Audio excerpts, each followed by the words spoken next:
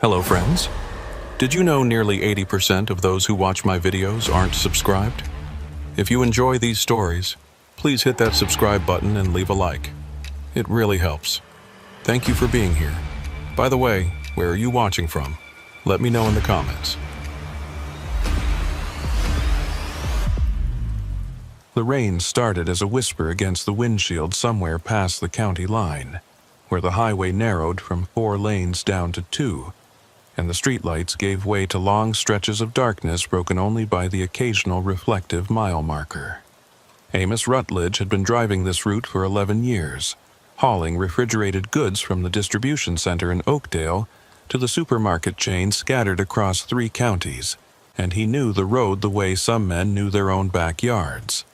He knew which curves tightened up without warning, which overpasses flooded first when the storms rolled through, and which rest stops had the cleanest bathrooms and the strongest coffee. The knowledge came from repetition, from thousands of miles logged in all kinds of weather, and it gave him a confidence that newer drivers lacked. But tonight felt different from the moment he pulled out of the loading dock. The air had that heavy, expectant quality that came before serious weather, and the sky to the west glowed with distant lightning that never seemed to get any closer or any farther away. The dispatcher had mentioned flash flood warnings for the valley, but warnings were common this time of year when late September storms moved through the region like freight trains, dumping weeks' worth of rain in a matter of hours. Amos had driven through plenty of storms. This one would be no different.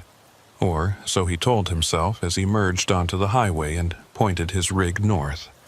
The rain arrived in earnest around Junction City, just past the way station where he'd stopped to check his load straps and grab a lukewarm coffee from the vending machine.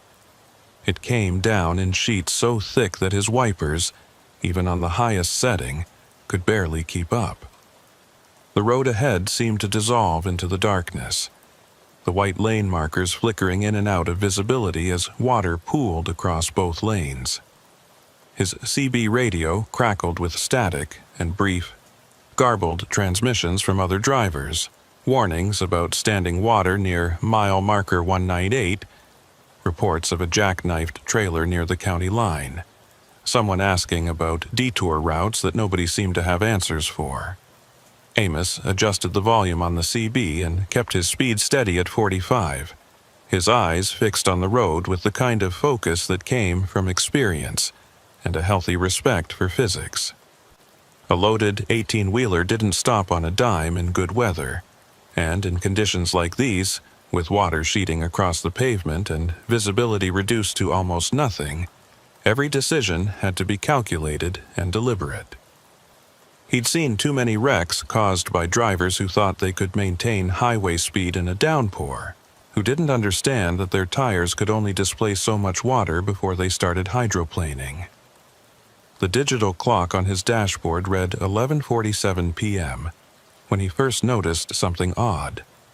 Up ahead, maybe half a mile out, he could see a faint amber glow through the rain.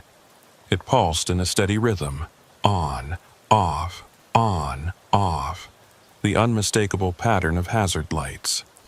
Someone had pulled over, or maybe broken down. It happened all the time in weather like this. Electrical systems got wet, engines flooded, transmissions overheated. The smart move was to get off the road and wait for help rather than trying to limp along and creating a hazard for other drivers.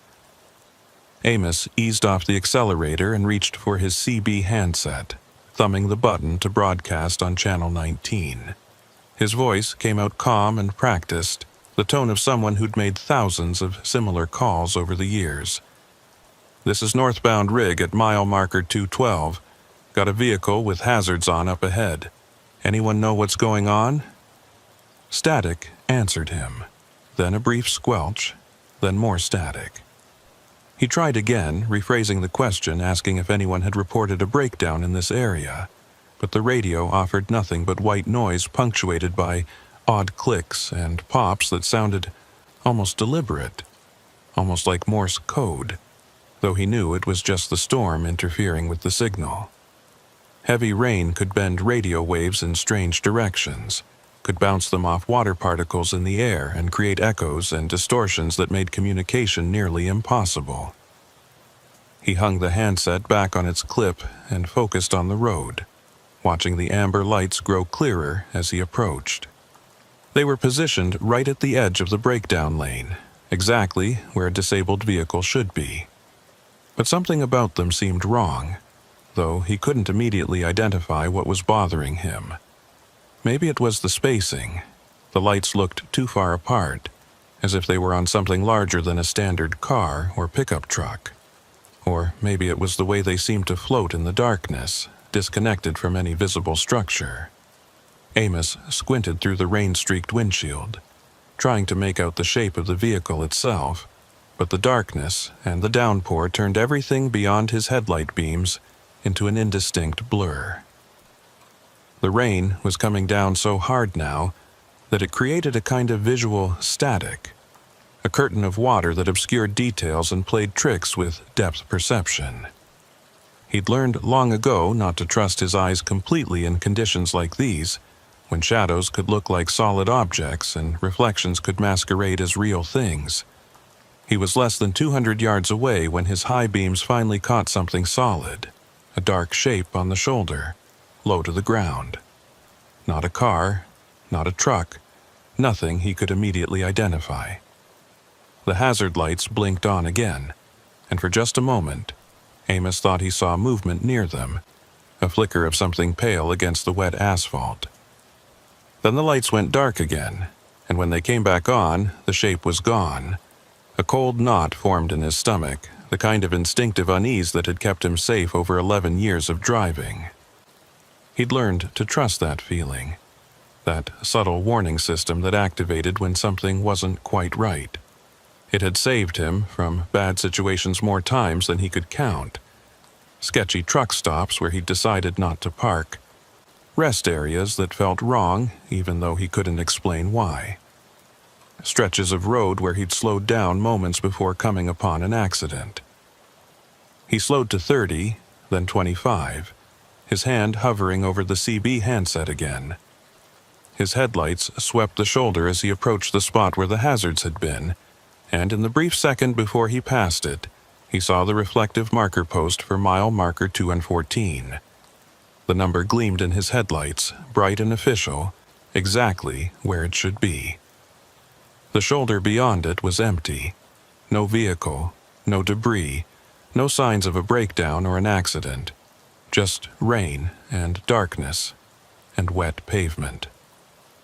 Amos looked in his side mirror as he rolled past, and his breath caught in his throat. The hazard lights were still there, still flashing, but they were behind him now. He could see them clearly in the mirror, amber and insistent, pulsing in the rain exactly where he'd just driven past. They marked a spot where there was nothing, where his headlights had revealed only empty road and the reflective mile marker. He touched his brakes, considering whether to stop and investigate, but something, instinct maybe, or just common sense honed by years on the road, told him to keep moving. The lights in his mirror continued to flash, and he forced himself to look away, to focus on the road ahead. Whatever was happening back there, whatever he'd seen or thought he'd seen, wasn't worth stopping for. Not in this weather. Not in the middle of nowhere with no cell signal and no backup. The CB crackled to life without warning, making him flinch hard enough that the truck swerved slightly into the other lane before he corrected. A voice came through, distorted by static but clear enough to understand. All northbound traffic be advised. Standing water at mile marker 214. Repeat. Standing water at mile marker 214. Use caution. Amos grabbed the handset, his heart hammering now. This is northbound at 214. Road looks clear here. What's your 20? The voice came back, but this time it sounded different. Slower. The words stretched out in a way that made them seem almost inhuman. Standing water at mile marker 214. Use caution. I just passed 214, Amos said, keeping his tone patient even though anxiety was creeping up his spine. There's no standing water. You got a visual on this? Are you highway patrol? Static hissed through the speaker, and then the same message repeated, word for word, in the same slurred cadence. Standing water at mile marker 214. Use caution. Amos released the transmit button and stared at the radio. It had to be a recorded message, some kind of automated warning system the highway patrol used when the weather got bad. But he'd never heard anything like it on the CB before. Those warnings usually came through the AM stations or on the electronic highway signs, not over the trucker channels. And there was something about the voice itself that bothered him, something that didn't sound quite right, as if whoever was speaking had learned English phonetically without understanding the rhythm and flow of actual speech. He glanced in his side mirror again. The hazard lights were gone. The stretch of road behind him was dark and empty, just wet pavement reflecting his taillights and the rain falling in torrents. He looked ahead, scanning for any sign of the lights reappearing, but saw nothing except the rain and the faint glow of his headlights being swallowed by the storm. The highway curved gently to the left, following the contour of the valley, and Amos kept his speed down, watching for standing water that the voice on the radio had warned about. But the road remained passable, the water sheeting across it but not pooling deep enough to be dangerous. He'd driven through worse conditions than this, had navigated flooded intersections and submerged underpasses that had water halfway up his wheels. This was manageable. This was routine, except nothing about tonight felt routine anymore. The CB crackled again, and this time multiple voices came through, overlapping and distorted. Mile marker 214, hazards lights, standing water. Can anyone confirm? The transmissions were fragmentary, cutting in and out as if the speakers were moving in and out of range, and Amos couldn't tell if they were responding to each other or broadcasting independently. He tried to break in, tried to ask for clarification, but his own voice was drowned out by the static and the competing transmissions. Then, as suddenly as it had started, the radio went silent. Not just quiet, but completely dead, as if someone had unplugged it. The static cut off mid-burst, leaving only the sound of rain hammering on the roof of the cab and the steady rhythm of the wipers scraping across the windshield. Amos toggled the volume knob, checked the power connection, even switched channels, but nothing worked. The radio was completely unresponsive. He was about to reach for his cell phone when the headlights of another vehicle appeared in his rearview mirror. Relief flooded through him. At least he wasn't alone out here. Another driver, probably as confused and anxious as he was, probably trying to make sense of the same weird warnings and the same phantom hazard lights. Amos watched the headlights approach, expecting them to settle into a following distance, but instead they kept coming, getting closer and closer until they were right on his bumper, so close that the glare filled his mirrors and made it hard to see anything else. "Back off," Amos muttered, though he knew the other driver couldn't hear him. He tapped his brakes lightly, flashing his taillights in a universal signal to give him some space, but the vehicle behind him didn't slow down. If anything, it seemed to get closer, the headlights blazing so bright that Amos had to adjust his mirrors to deflect the glare. His pulse quickened.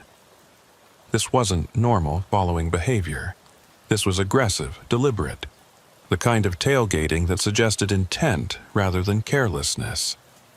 He thought about accelerating, pulling away from whoever was behind him, but the road conditions were too dangerous for that.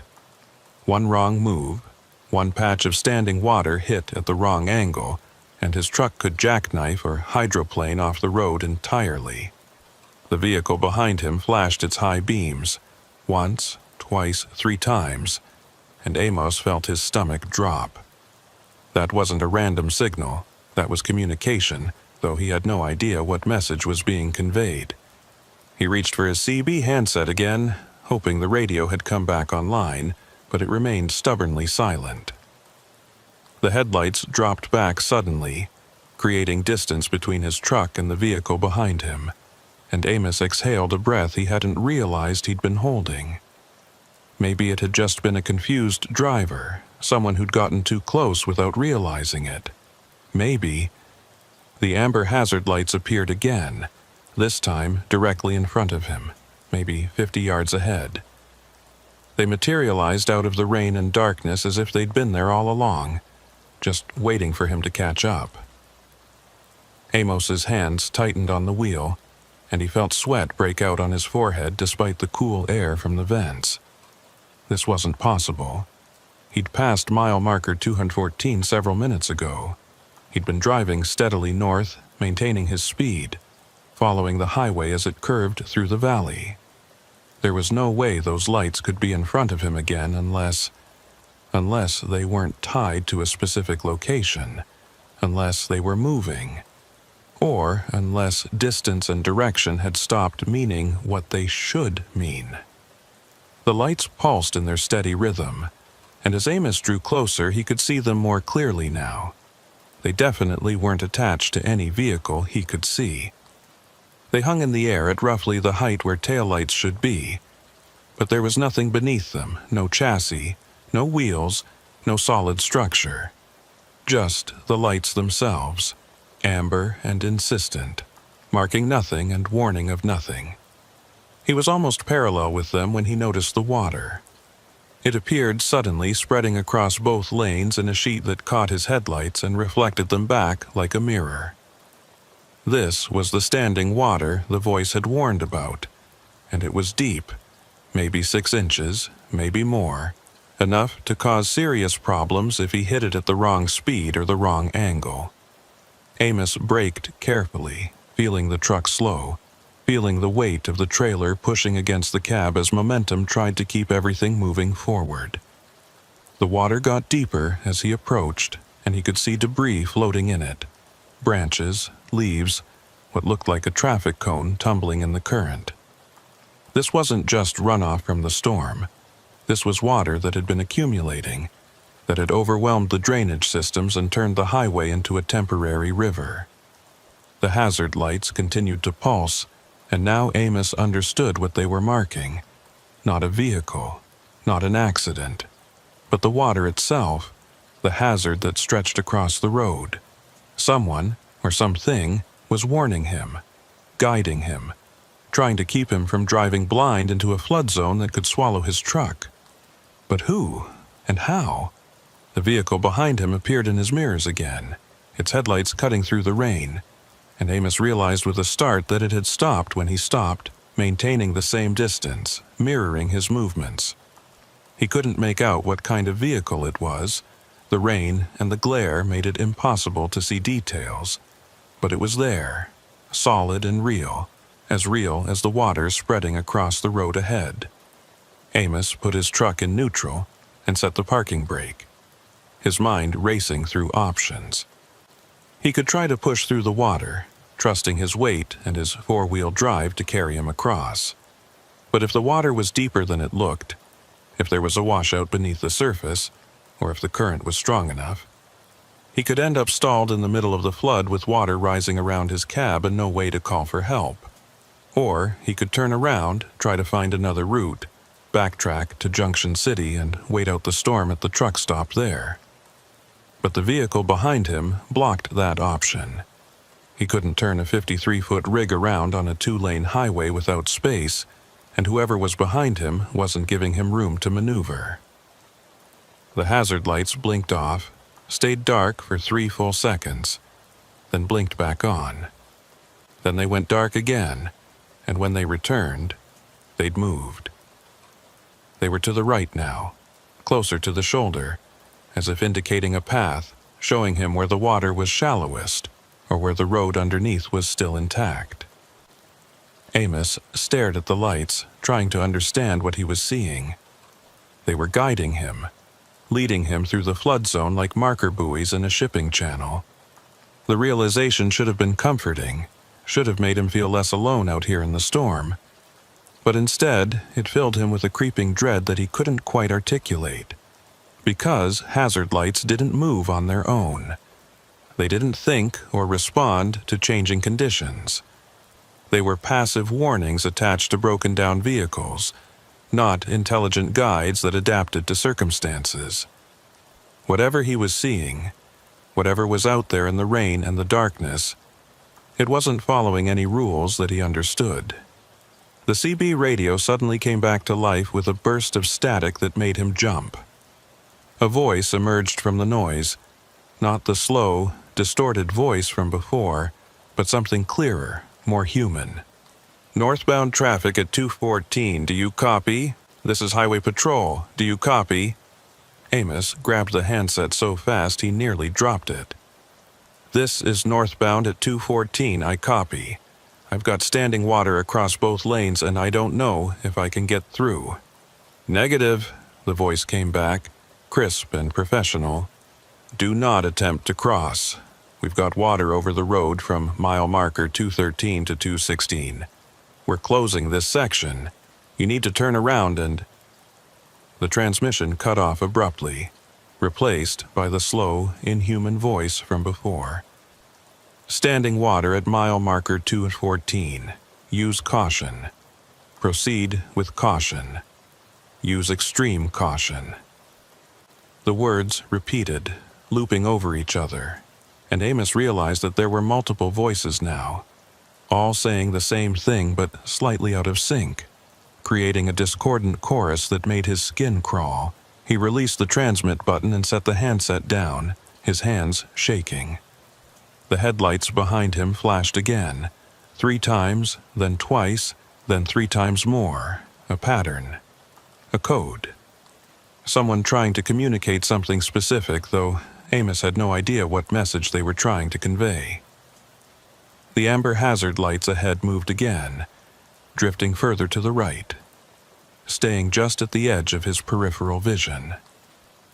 Following their guidance would mean driving onto the shoulder, onto the narrow strip of pavement that might or might not be solid, that might collapse under his weight and send his truck sliding into the ditch.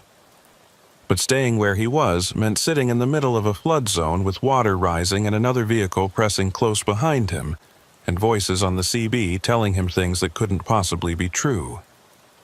All the options were bad.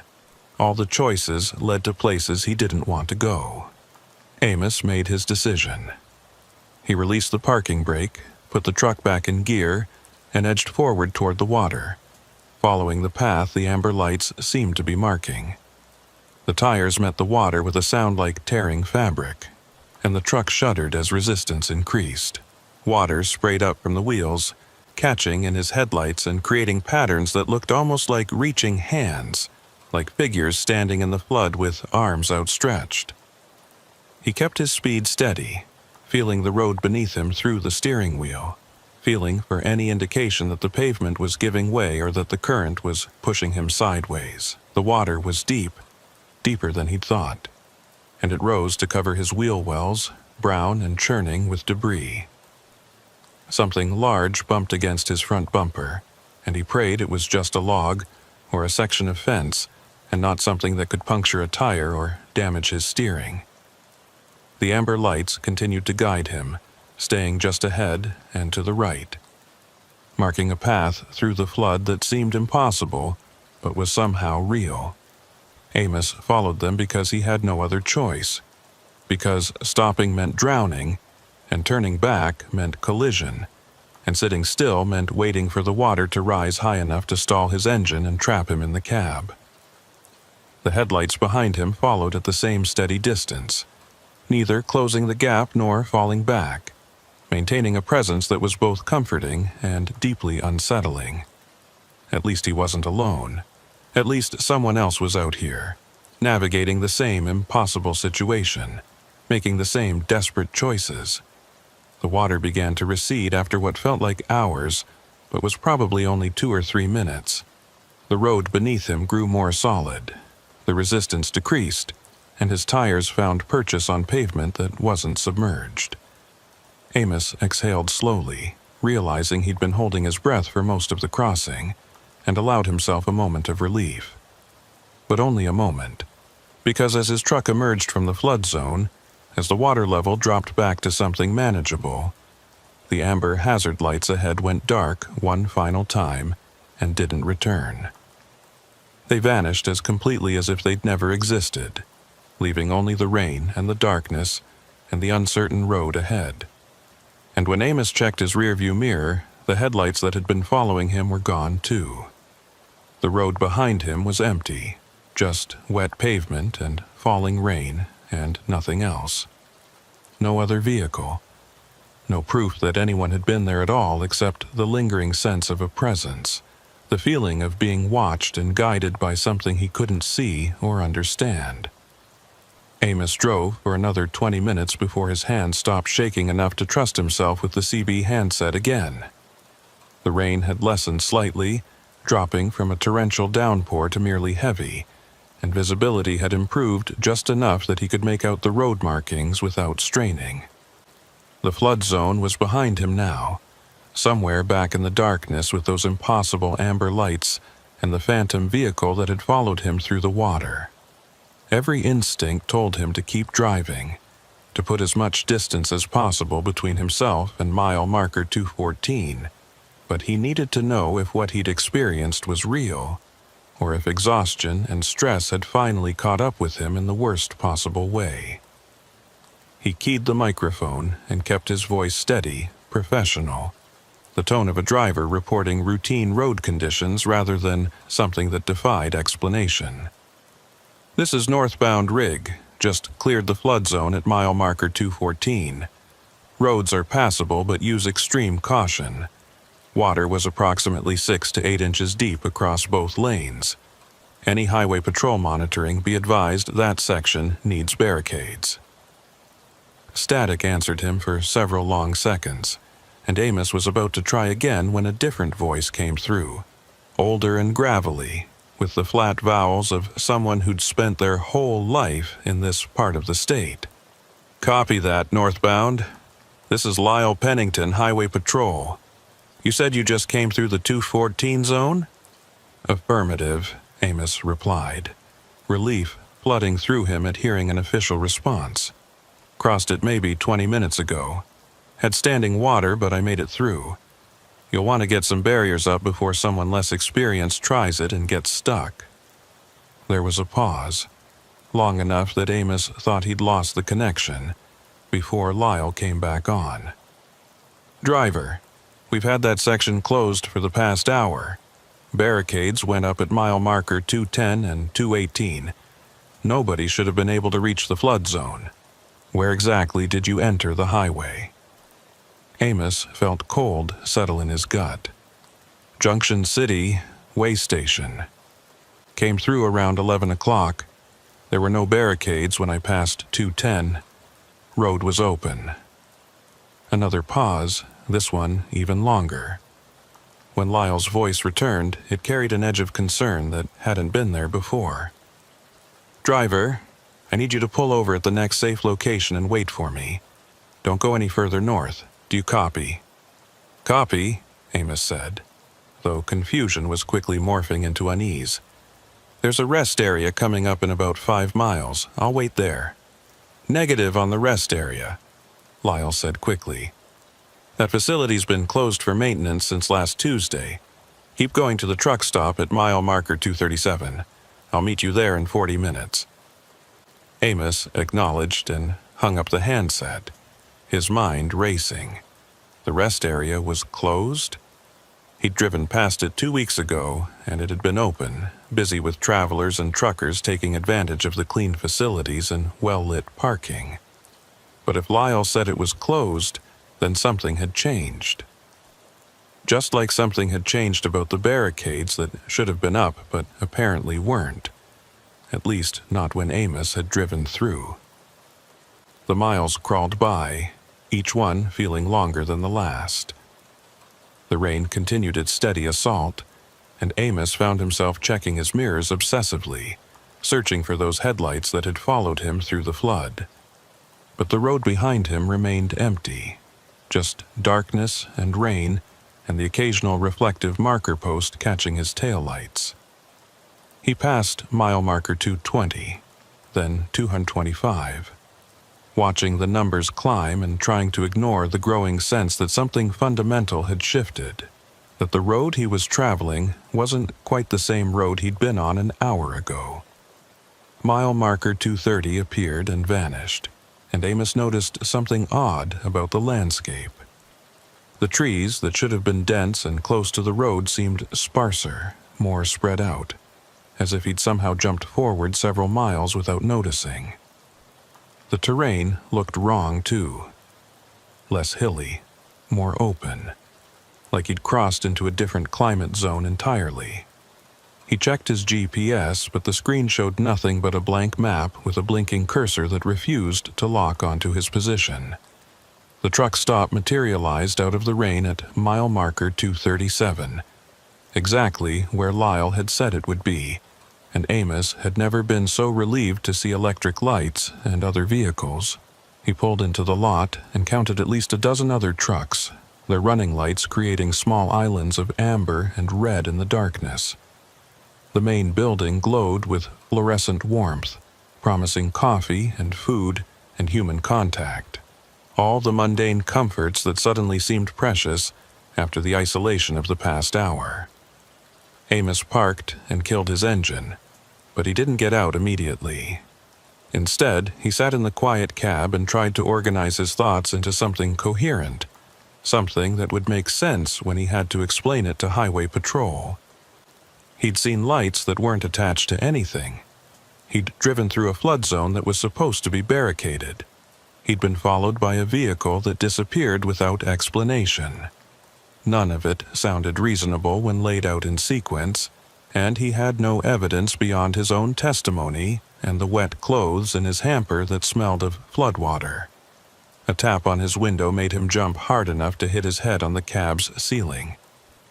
A man stood outside, middle-aged and weathered, wearing a highway patrol rain slicker that glistened with water. Lyle Pennington, presumably. Amos rolled down his window and was immediately hit with a blast of cool, rain-scented air. "You Rutledge?" the officer asked, and Amos nodded. "Come on inside. We need to talk, and I'd rather do it over coffee than standing in this mess." They sat in a booth near the back of the truck stop's diner, away from the handful of other drivers who were scattered throughout the space. Lyle had brought a record driver with him, a woman with dark hair pulled back in a practical ponytail who introduced herself as Tansy McCoy. She ordered coffee and sat quiet listening, while Lyle pulled out a worn notebook and flipped to a fresh page. "Start from the beginning," Lyle said, wrapping his hands around a mug of coffee that looked like it had been sitting on the warmer too long. "Tell me everything that happened from the moment you entered the highway." Amos did, keeping his voice level and his account as factual as possible. He described the storm, the warnings on the CB, the amber hazard lights that appeared and disappeared and reappeared in impossible locations. He told them about the voice that repeated the same message in that slow, distorted way, about the vehicle that had followed him through the flood, about the lights that had seemed to guide him to safety. He left nothing out, even the details that made him sound unreliable or confused, because he sensed that Lyle needed the complete picture, not an edited version designed to make Amos look more credible. When he finished, the diner had grown quieter, and Amos realized that several other drivers had been listening, their conversations dying away as his story unfolded. Lyle exchanged a look with Tansy, something passing between them that Amos couldn't interpret, before turning his attention back to his coffee. "The barricades were up," Lyle said finally, his voice careful. "I helped place them myself at 6 o'clock this evening. One at mile marker 210, like I said, and another at 218. Both were equipped with the standard warning signs and flashers. There's no way you could have driven past them without seeing them." "I'm telling you, there was nothing there," Amos insisted, hearing the desperation creeping into his voice and hating it. "The road was open. I drove straight through." "I believe you," Lyle said, and the simple statement caught Amos off guard. "I believe you think you drove straight through, but here's the thing. We've been getting calls all night from drivers reporting the same stretch of road. Some say the barricades are up, some say they're not. Some report seeing vehicles that aren't there when we send units to investigate. And you're the third person tonight to mention those amber lights." Tansy leaned forward, setting her coffee mug down with deliberate care. "I've been pulling vehicles out of that section for 5 years now. Tow calls, breakdowns, accidents. And I can tell you that stretch between 214 and 216 has always been problematic. Even on clear nights, we get reports of drivers seeing things that don't add up.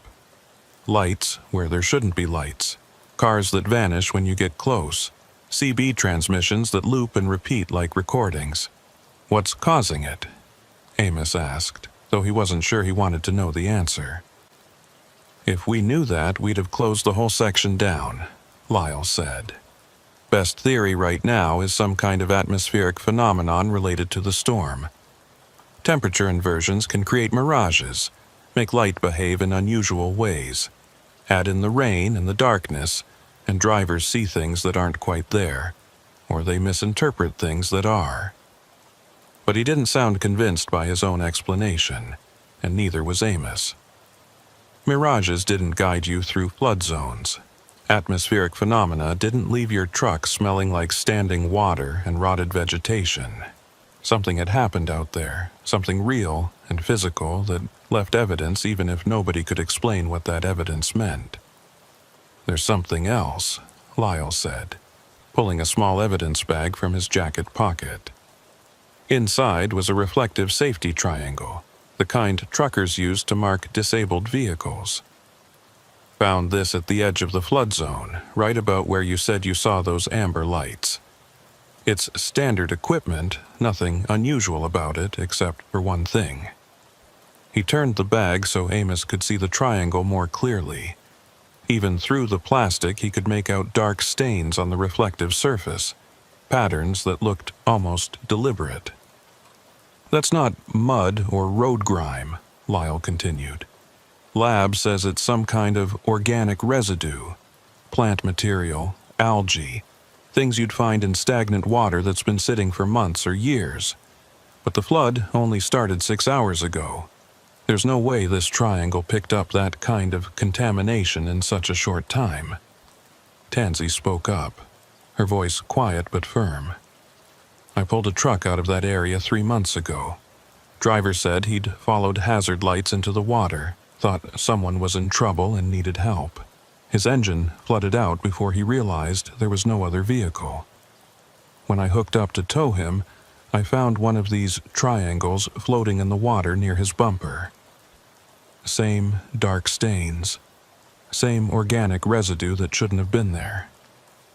"What happened to that driver?" Amos asked, though something told him he already knew the answer. "He finished his delivery, collected his pay, and quit trucking the next day," Tansy said. "Told his dispatcher he was done with the road, done with night driving, done with everything. Last I heard, he was working construction in California. Won't even talk about what happened that night." The three of them sat in silence for a moment, the weight of unspoken questions pressing down on the booth. Finally, Lyle closed his notebook and fixed Amos with a steady gaze. "I need you to do something for me. I need you to not talk about this. Not to other drivers, not to your dispatcher, not to anyone. We're trying to keep this contained while we figure out what's happening. And if word gets out, it'll cause more problems than it solves." "You're asking me to lie," Amos said flatly. "I'm asking you to be discreet," Lyle corrected. "You can report that you encountered flooding and difficult conditions. That's true. You don't need to mention the other details. And in exchange, we'll keep your name out of any reports and make sure this doesn't affect your driving record or your insurance." It was a bargain, plain and simple, and Amos understood the implicit threat beneath the polite words. Cooperate, and this goes away cleanly.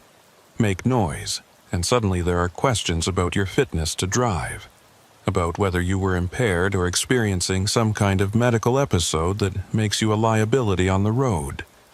He'd heard stories about drivers who'd reported strange incidents only to find themselves subjected to endless evaluations and restrictions that effectively ended their careers. "Fine," he said, though the word tasted bitter. "I'll keep quiet. But I want to know something first. Those other drivers who reported the amber lights, did they all make it through safely?" The look that passed between Lyle and Tansy told him everything he needed to know before either of them spoke. "Two of them did," Lyle said carefully. "The third one didn't. We found his truck in the flood zone at mile marker 215, water up to the door handles. Driver wasn't inside. Where is he?" "We don't know," Tansy said quietly. "Search and rescue has been looking since this morning. So far, nothing. It's like he got out of his truck and walked into the water and just vanished."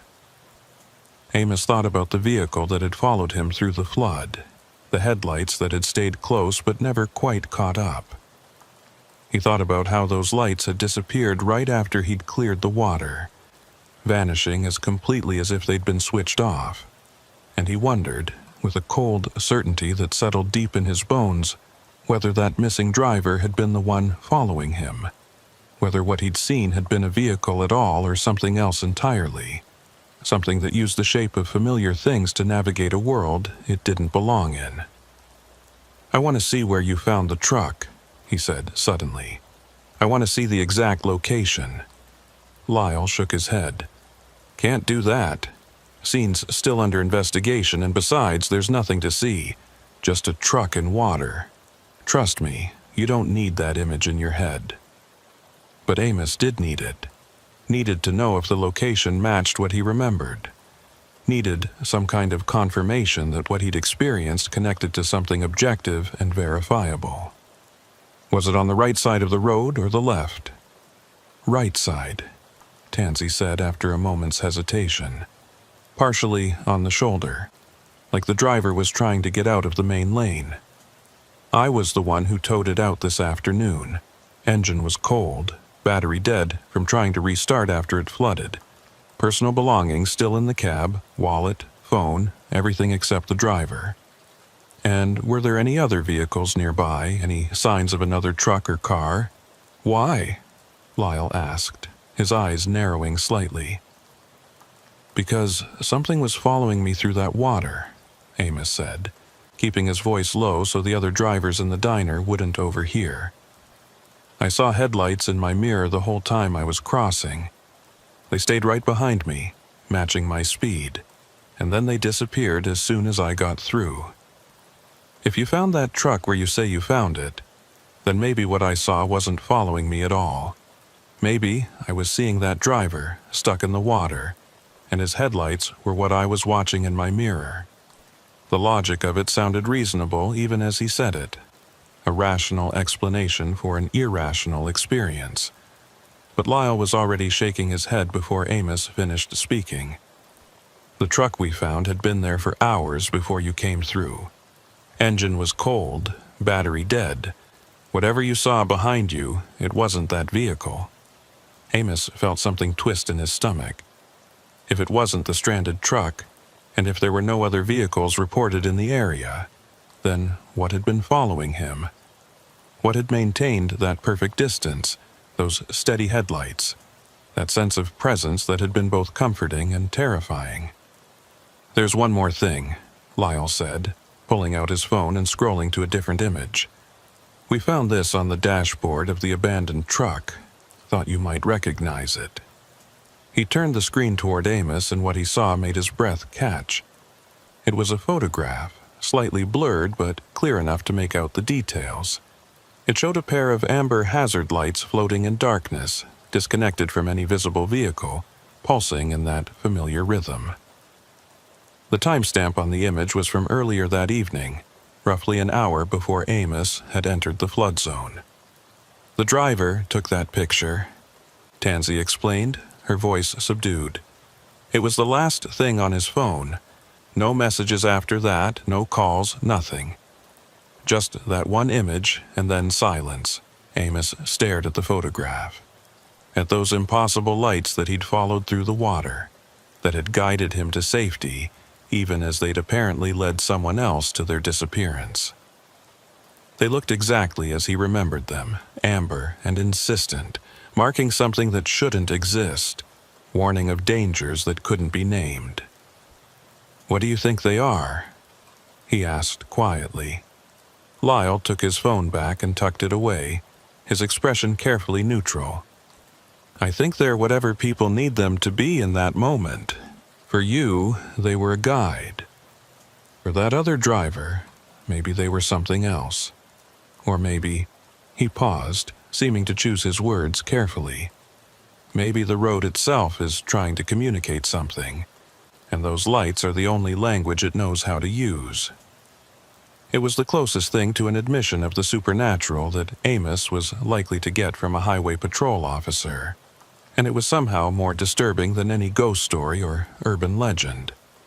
The idea that the road, just asphalt and concrete and human engineering, could develop intention, could reach out to travelers and guide them or mislead them according to some unknowable logic, violated everything he understood about how the world worked. "Can I go?" he asked, suddenly desperate to be away from this conversation, away from the implications of what he'd experienced. "I need to make my delivery, and I'm already behind schedule." Lyle nodded slowly. "Take the alternate route through Cooper's Pass. It's longer, but it's safer, at least until we figure out what's happening with that stretch of road. And remember what we talked about." "I know," Amos interrupted. "Don't talk about it. Be discreet. Keep my head down and pretend tonight was just bad weather and nothing more." Tansy walked him out to the parking lot, and as they stood beside his truck in the pre-dawn drizzle, she pulled a business card from her pocket and pressed it into his hand.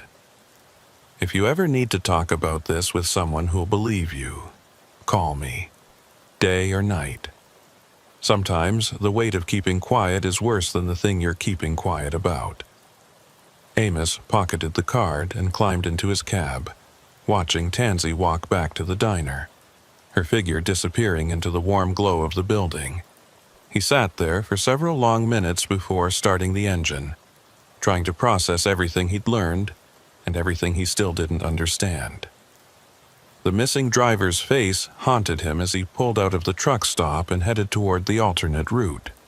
He wondered if that driver had seen the same things, felt the same confusion and fear. He wondered if the lights had seemed like salvation right up until the moment they weren't, until they revealed themselves as something else entirely, something that took rather than guided. And he wondered, most troubling of all, whether he'd truly made it through the flood zone at all, or whether he was still there, still following those amber lights through rising water, still believing he was headed toward safety, while the road led him somewhere else entirely. 3 days passed before Amos worked up the nerve to call Tansy McCoy. He'd completed his delivery, picked up a return load, and driven back to Oakdale through the alternate route without incident.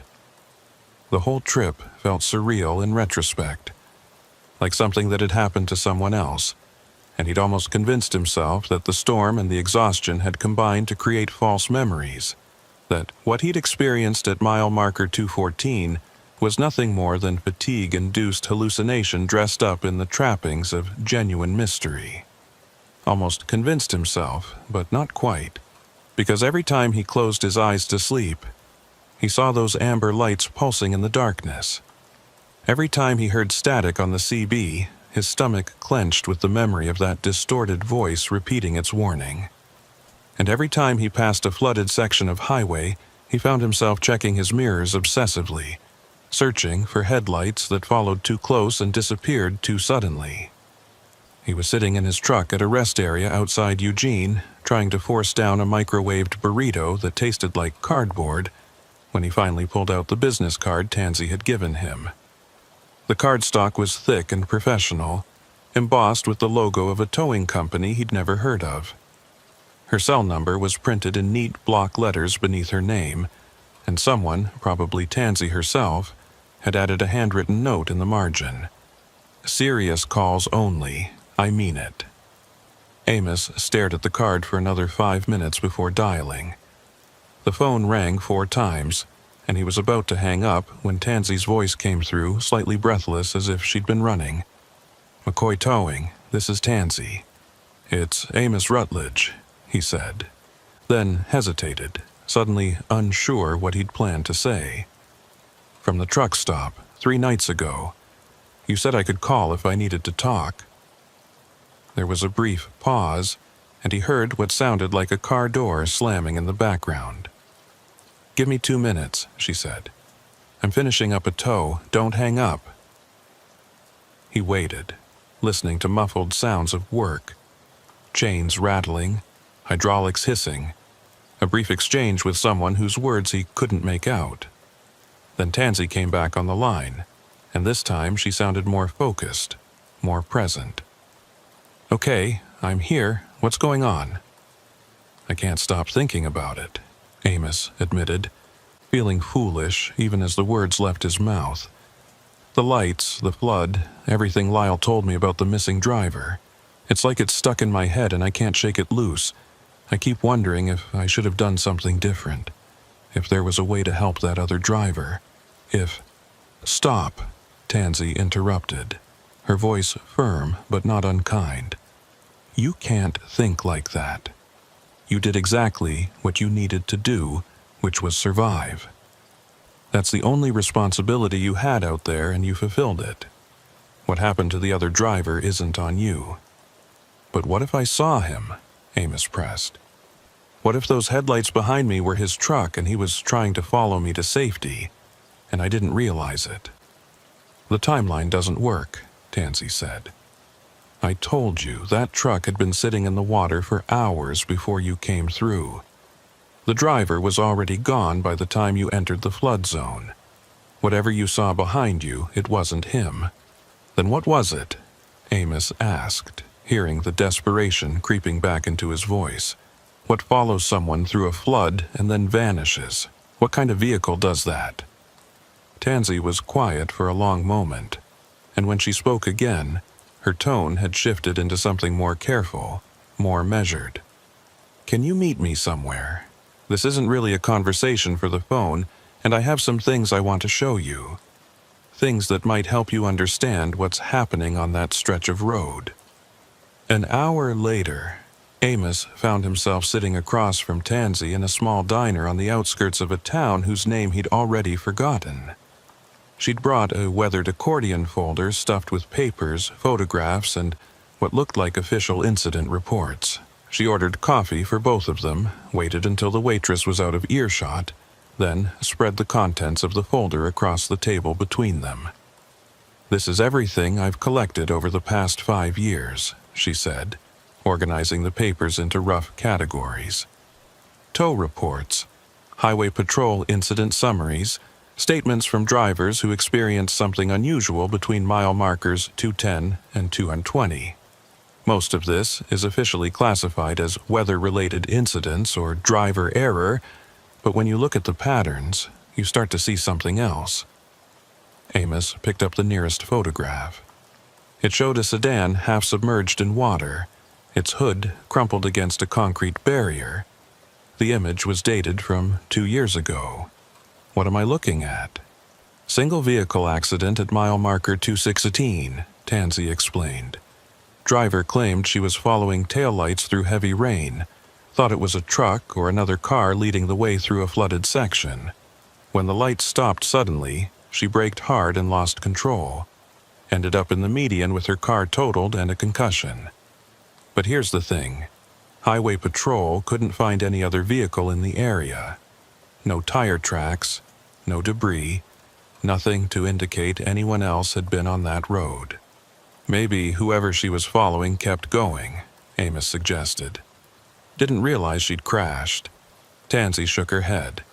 "She had a dash cam. I've seen the footage. It shows her following a pair of red taillights for almost 3 miles, maintaining a steady distance, and then the lights just blink out. Not like they drove away or turned off the road. They literally disappear mid-frame. 1 second they're there, the next second they're gone, and she's slamming on her brakes with nothing in front of her. She pulled out another report, this one more recent. Last October, a trucker called in a stranded motorist at mile marker 214. Said there was a woman standing on the shoulder in the rain, waving for help. He pulled over, got out to check on her, and she was gone. No car, no footprints in the mud, nothing. He searched the area for 20 minutes, thinking maybe she'd fallen down an embankment or wandered into the trees, but found no trace of her. Highway Patrol responded, searched until dawn, same result. No one there. Amos felt cold settling in his chest. What are you saying? That the road is haunted? That ghosts are flagging down truckers and leading people into accidents? I'm saying the road does things, Tansy said carefully. Things that don't make sense if you're trying to explain them with normal physics or normal logic. I've been pulling vehicles out of that stretch for years, and I've heard enough stories from enough reliable drivers to know that something is happening there. Something that uses light and sound and familiar shapes to interact with people, though I couldn't begin to tell you why or what it wants. She pulled out one more photograph and Amos recognized it immediately. It was the image Lyle had shown him. The amber hazard lights floating in darkness, disconnected from any visible source. But this version was clearer, higher resolution, and he could see details he'd missed before. The lights weren't quite symmetrical, and they seemed to pulse with a rhythm that was almost organic, like breathing or a heartbeat. The missing driver took this, Tansy said. But he's not the first person to photograph those lights. I've collected 7 similar images over the past 3 years, all from different drivers, all taken in roughly the same location. The lights always look the same. Same color, same spacing, same pulsing pattern. Like they're always there, waiting, and they only become visible under certain conditions. What conditions? Amos asked. That's what I've been trying to figure out, Tansy admitted. At first I thought it was just weather-related, heavy rain, fog, reduced visibility. But then I started tracking the dates and I found something interesting. The incidents cluster around certain times of the year, late September, early December, mid-March. 3 windows when the reports spike dramatically. Amos thought about this, trying to find meaning in the pattern. What's significant about those dates? I don't know yet, Tansy said. But I've been working with someone who might have an answer. He's a surveyor, works for the county, and he's been researching the history of that section of highway. Turns out the road was built over what used to be wetlands, marshes and seasonal floodplains that were drained and filled in the 1960s when they first laid the asphalt. And before that, going back 100 years or more, the area was known for being treacherous. Travelers getting lost, wagons disappearing, people reporting lights in the marsh that led them astray. Marsh lights, Amos said, dredging up a memory from high school science class. Will-o'-the-wisps, caused by decomposing organic matter releasing gases that ignite when they hit air. It's a natural phenomenon. Right, Tansy agreed. Except marsh lights are green or blue, not amber, and they flicker randomly, not in a steady pulse. And they definitely don't follow vehicles or guide them through flood zones. Whatever these lights are, they're not just swamp gas. Amos spread the photographs out, studying them in sequence. 7 different images, 7 different drivers, but the lights in each picture looked essentially identical. Same color, same formation, same impossible detachment from any physical source. Have you shown this to Lyle? To Highway Patrol? Lyle's seen some of it, Tansy said. He's sympathetic, but there's only so much he can do officially. You can't close a major highway because of unexplained lights and missing drivers. Not without concrete evidence of a hazard. And these incidents are just scattered enough, just ambiguous enough, that they don't meet the threshold for official action. So the road stays open, the reports keep coming in, And every few months, someone has an experience they can't explain.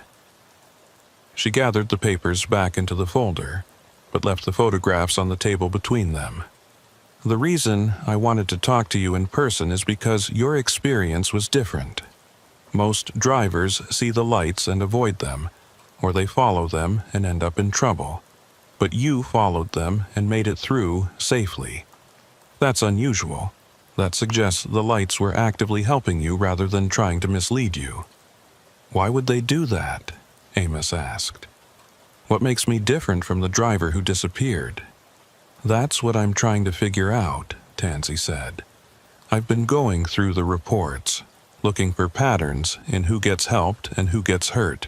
So far, I haven't found anything conclusive, but there are hints. Drivers who stay calm seem to fare better than drivers who panic. People who trust their instincts, who pay attention to what the lights are actually showing them rather than just blindly following, they tend to come through okay.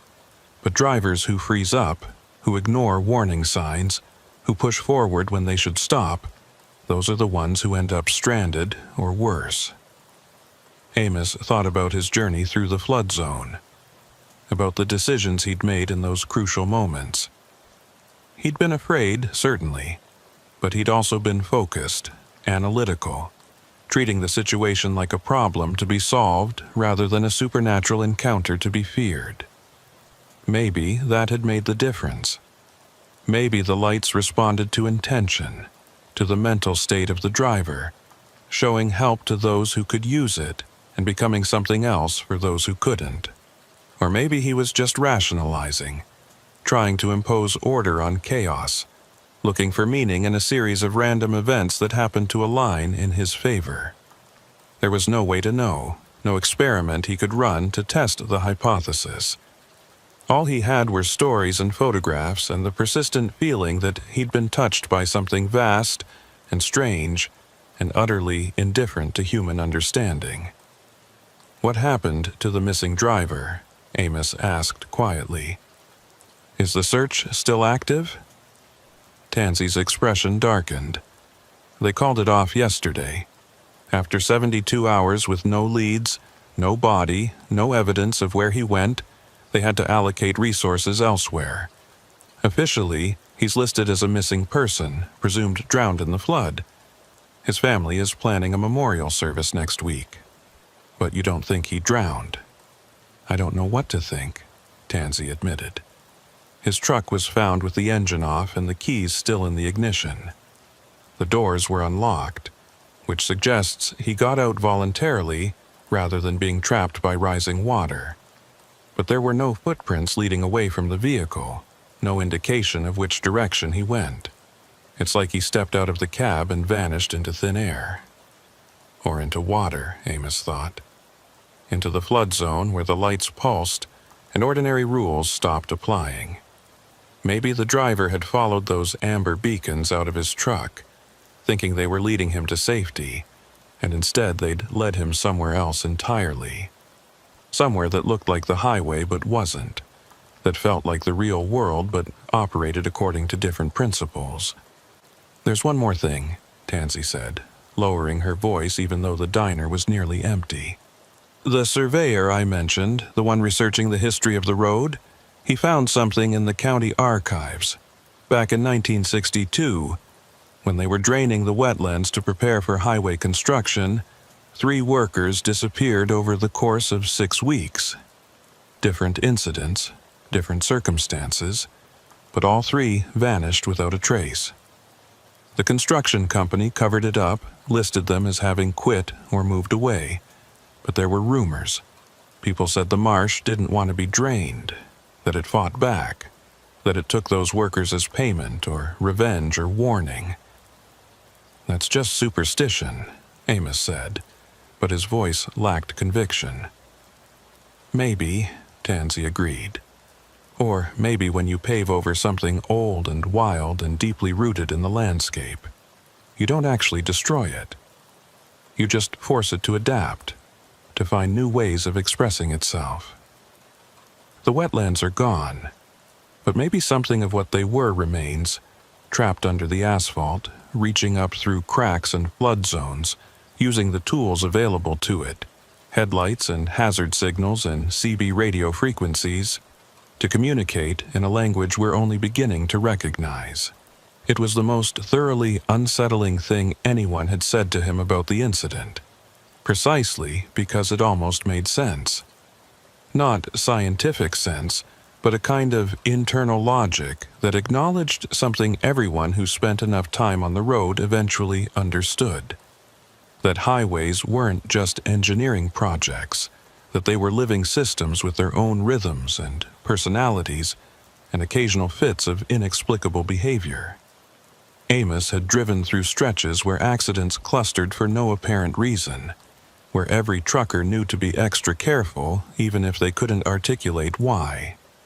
He'd felt the difference between roads that welcomed travelers and roads that merely tolerated them. He'd experienced that odd sensation of being watched from empty fields, of sensing presence in places that should have been completely lifeless. He'd always dismissed these feelings as imagination or fatigue. But maybe they were something more. Maybe roads absorbed the energy of the places they crossed, the history of the land they covered, and occasionally that absorption became something active, something that reached back. "What do I do with this information?" Amos asked finally. "How do I live with knowing what I know?" Tansy closed the folder and met his eyes with a steady gaze. "You do what every driver does who's seen something they can't explain. You file it away. You stay alert, and you trust your instincts when something feels wrong. You don't take unnecessary risks, but you don't let fear paralyze you either. And if you ever find yourself back on that stretch of road during a storm, you remember what happened last time. You remember what the lights showed you, and you make the best decisions you can with the information available. And if I see those lights again, then you pay attention," Tansy said.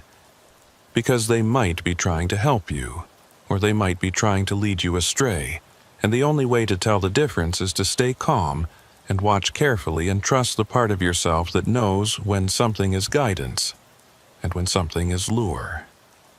They sat in silence for a moment, the weight of unsolved mysteries pressing down on the small booth. Finally, Amos gathered his courage and asked the question that had been nagging at him since Lyle had first shown him that photograph. "Do you think the missing driver is still alive? Somewhere?"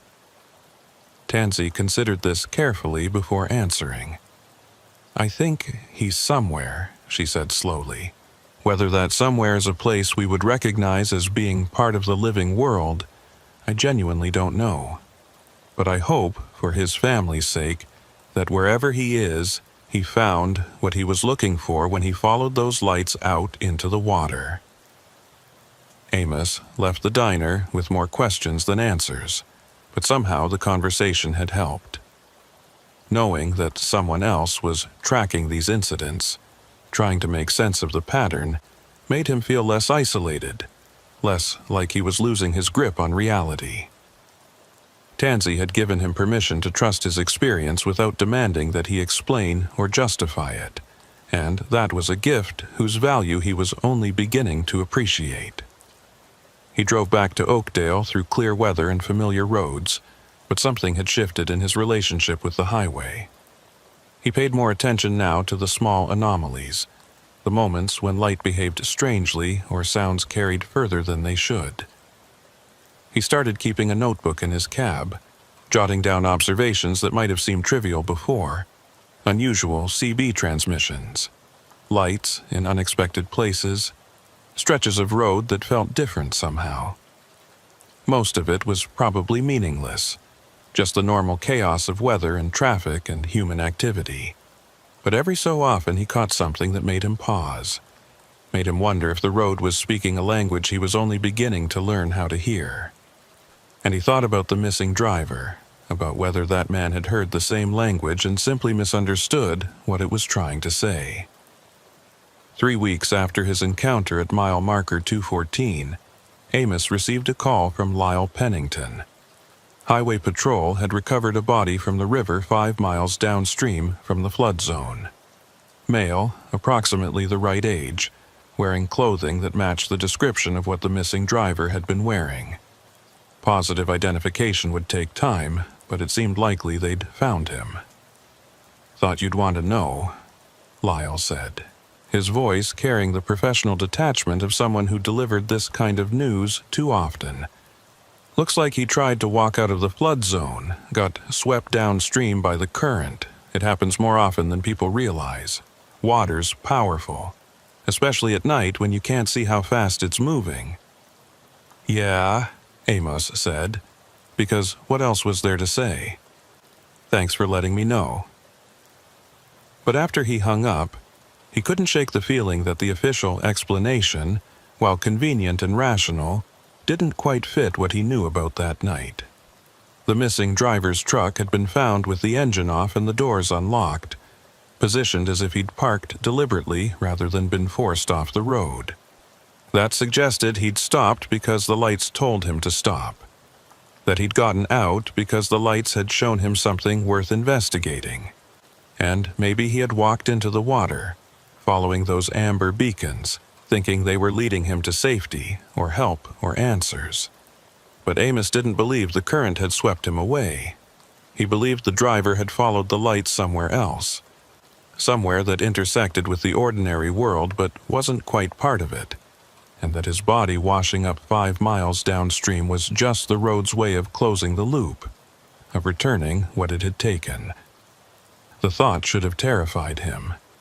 Instead, it left him with a strange sense of calm, an acceptance that the world contained mysteries that wouldn't be solved by investigation or explanation. The road had shown him something impossible, had guided him through danger using tools that shouldn't exist, and he'd survived because he'd paid attention and stayed focused and treated the experience as real, rather than dismissing it as hallucination. That was enough. That would have to be enough. Because dwelling on what might have happened, on alternate timelines where he'd made different choices and ended up like the missing driver, would drive him slowly mad. Better to accept the gift of survival and move forward, carrying the knowledge of what he'd seen like a secret compass that would help him navigate future encounters with the strange and the unexplained. And if he ever found himself at mile marker 214 during a storm, with amber lights pulsing in the darkness and water rising across the road, he would remember this moment and make his choices carefully.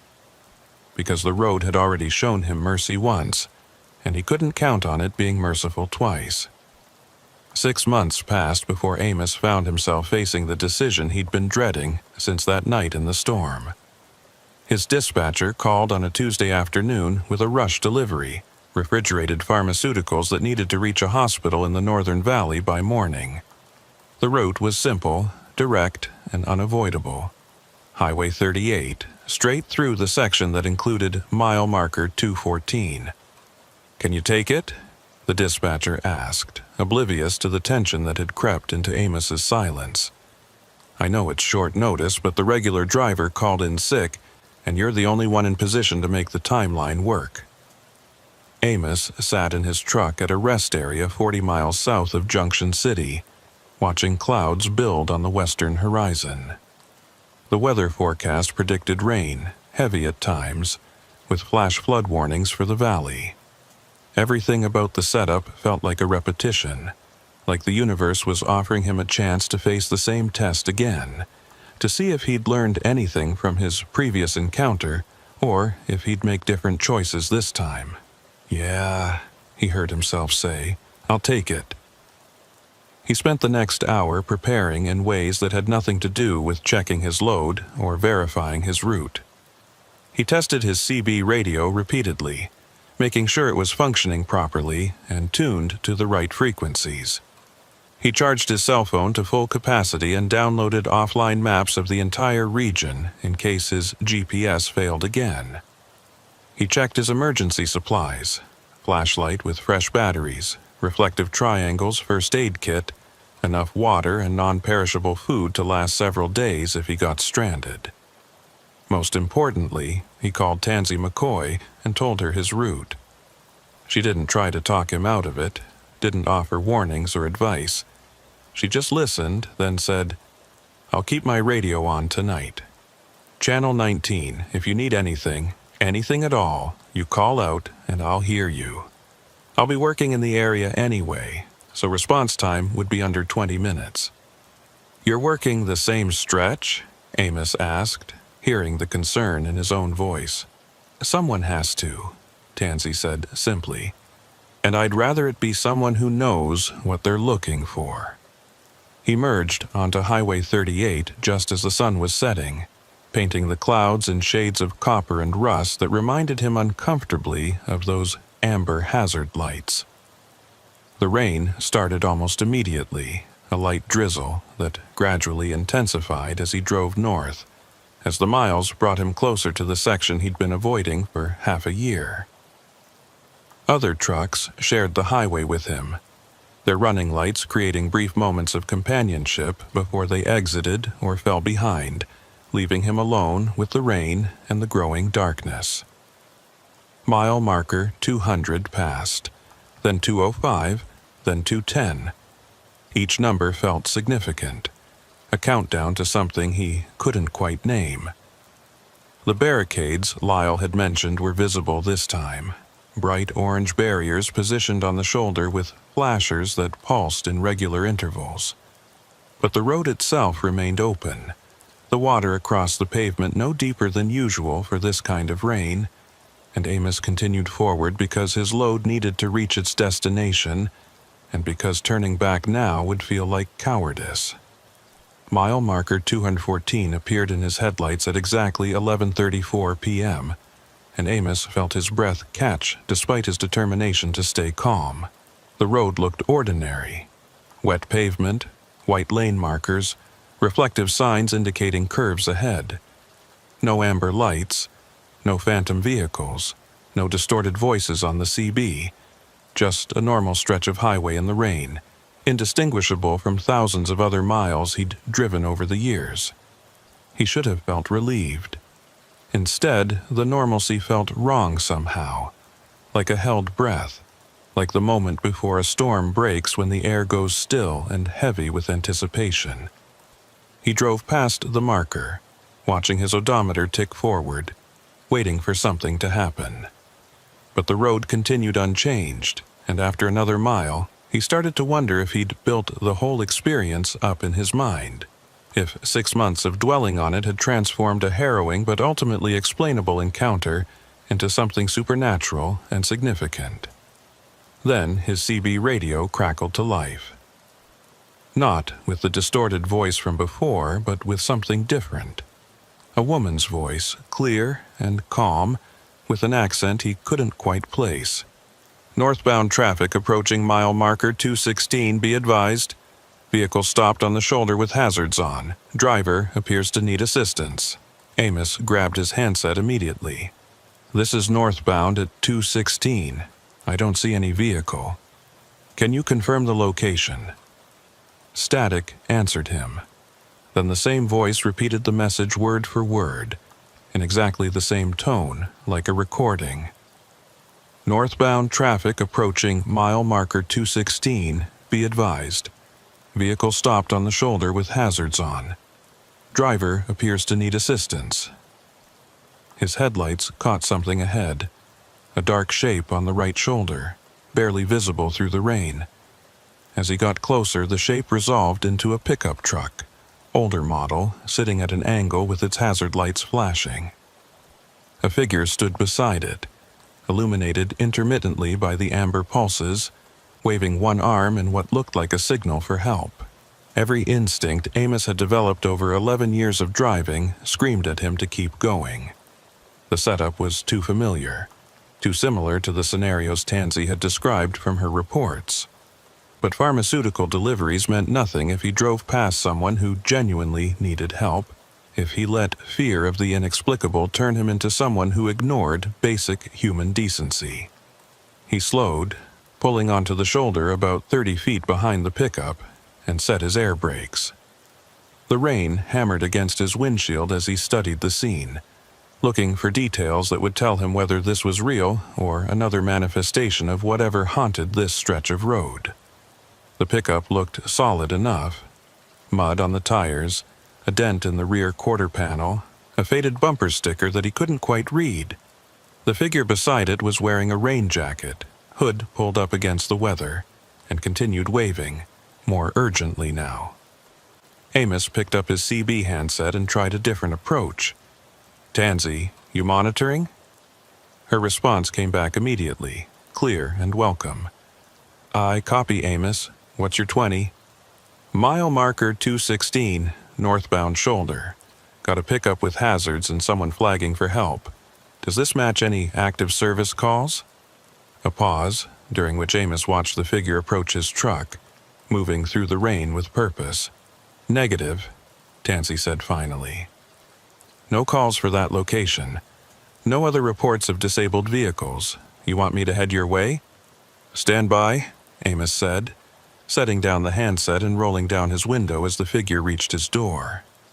The rain immediately soaked his left sleeve, cold water running down his arm.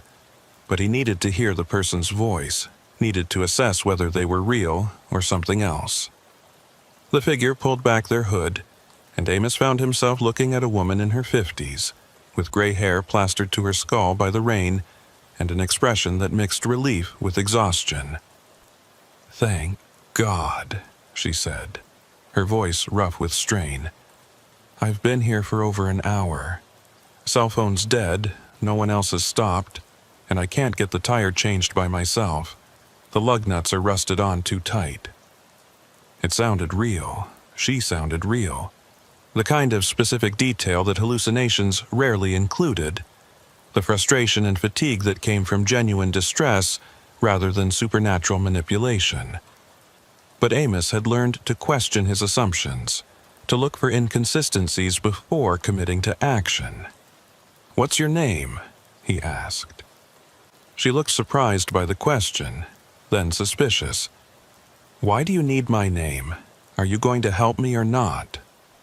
"Just trying to confirm you're who you say you are," Amos said, keeping his tone apologetic but firm. "There have been incidents on this stretch of road. People seeing things that aren't there. I need to make sure you're real before I get out of my truck." The woman's expression shifted from suspicion to something like understanding, and maybe a touch of fear. "You've seen them too," she said quietly. "The lights that move, the voices on the radio that repeat. I thought I was losing my mind." That answer felt more right than anything else could have. Someone who was genuinely stranded, who'd been sitting alone in the rain on this particular section of highway, would have noticed the strangeness, would have started to question what was real and what wasn't.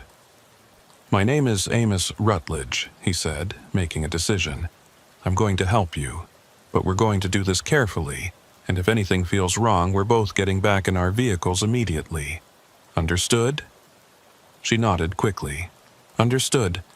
I'm just grateful someone finally stopped. My name's—" She paused, seemed to struggle with something, then continued in a voice that had gone oddly flat. "My name's Marigold Keene." The moment she said it, Amos felt something shift.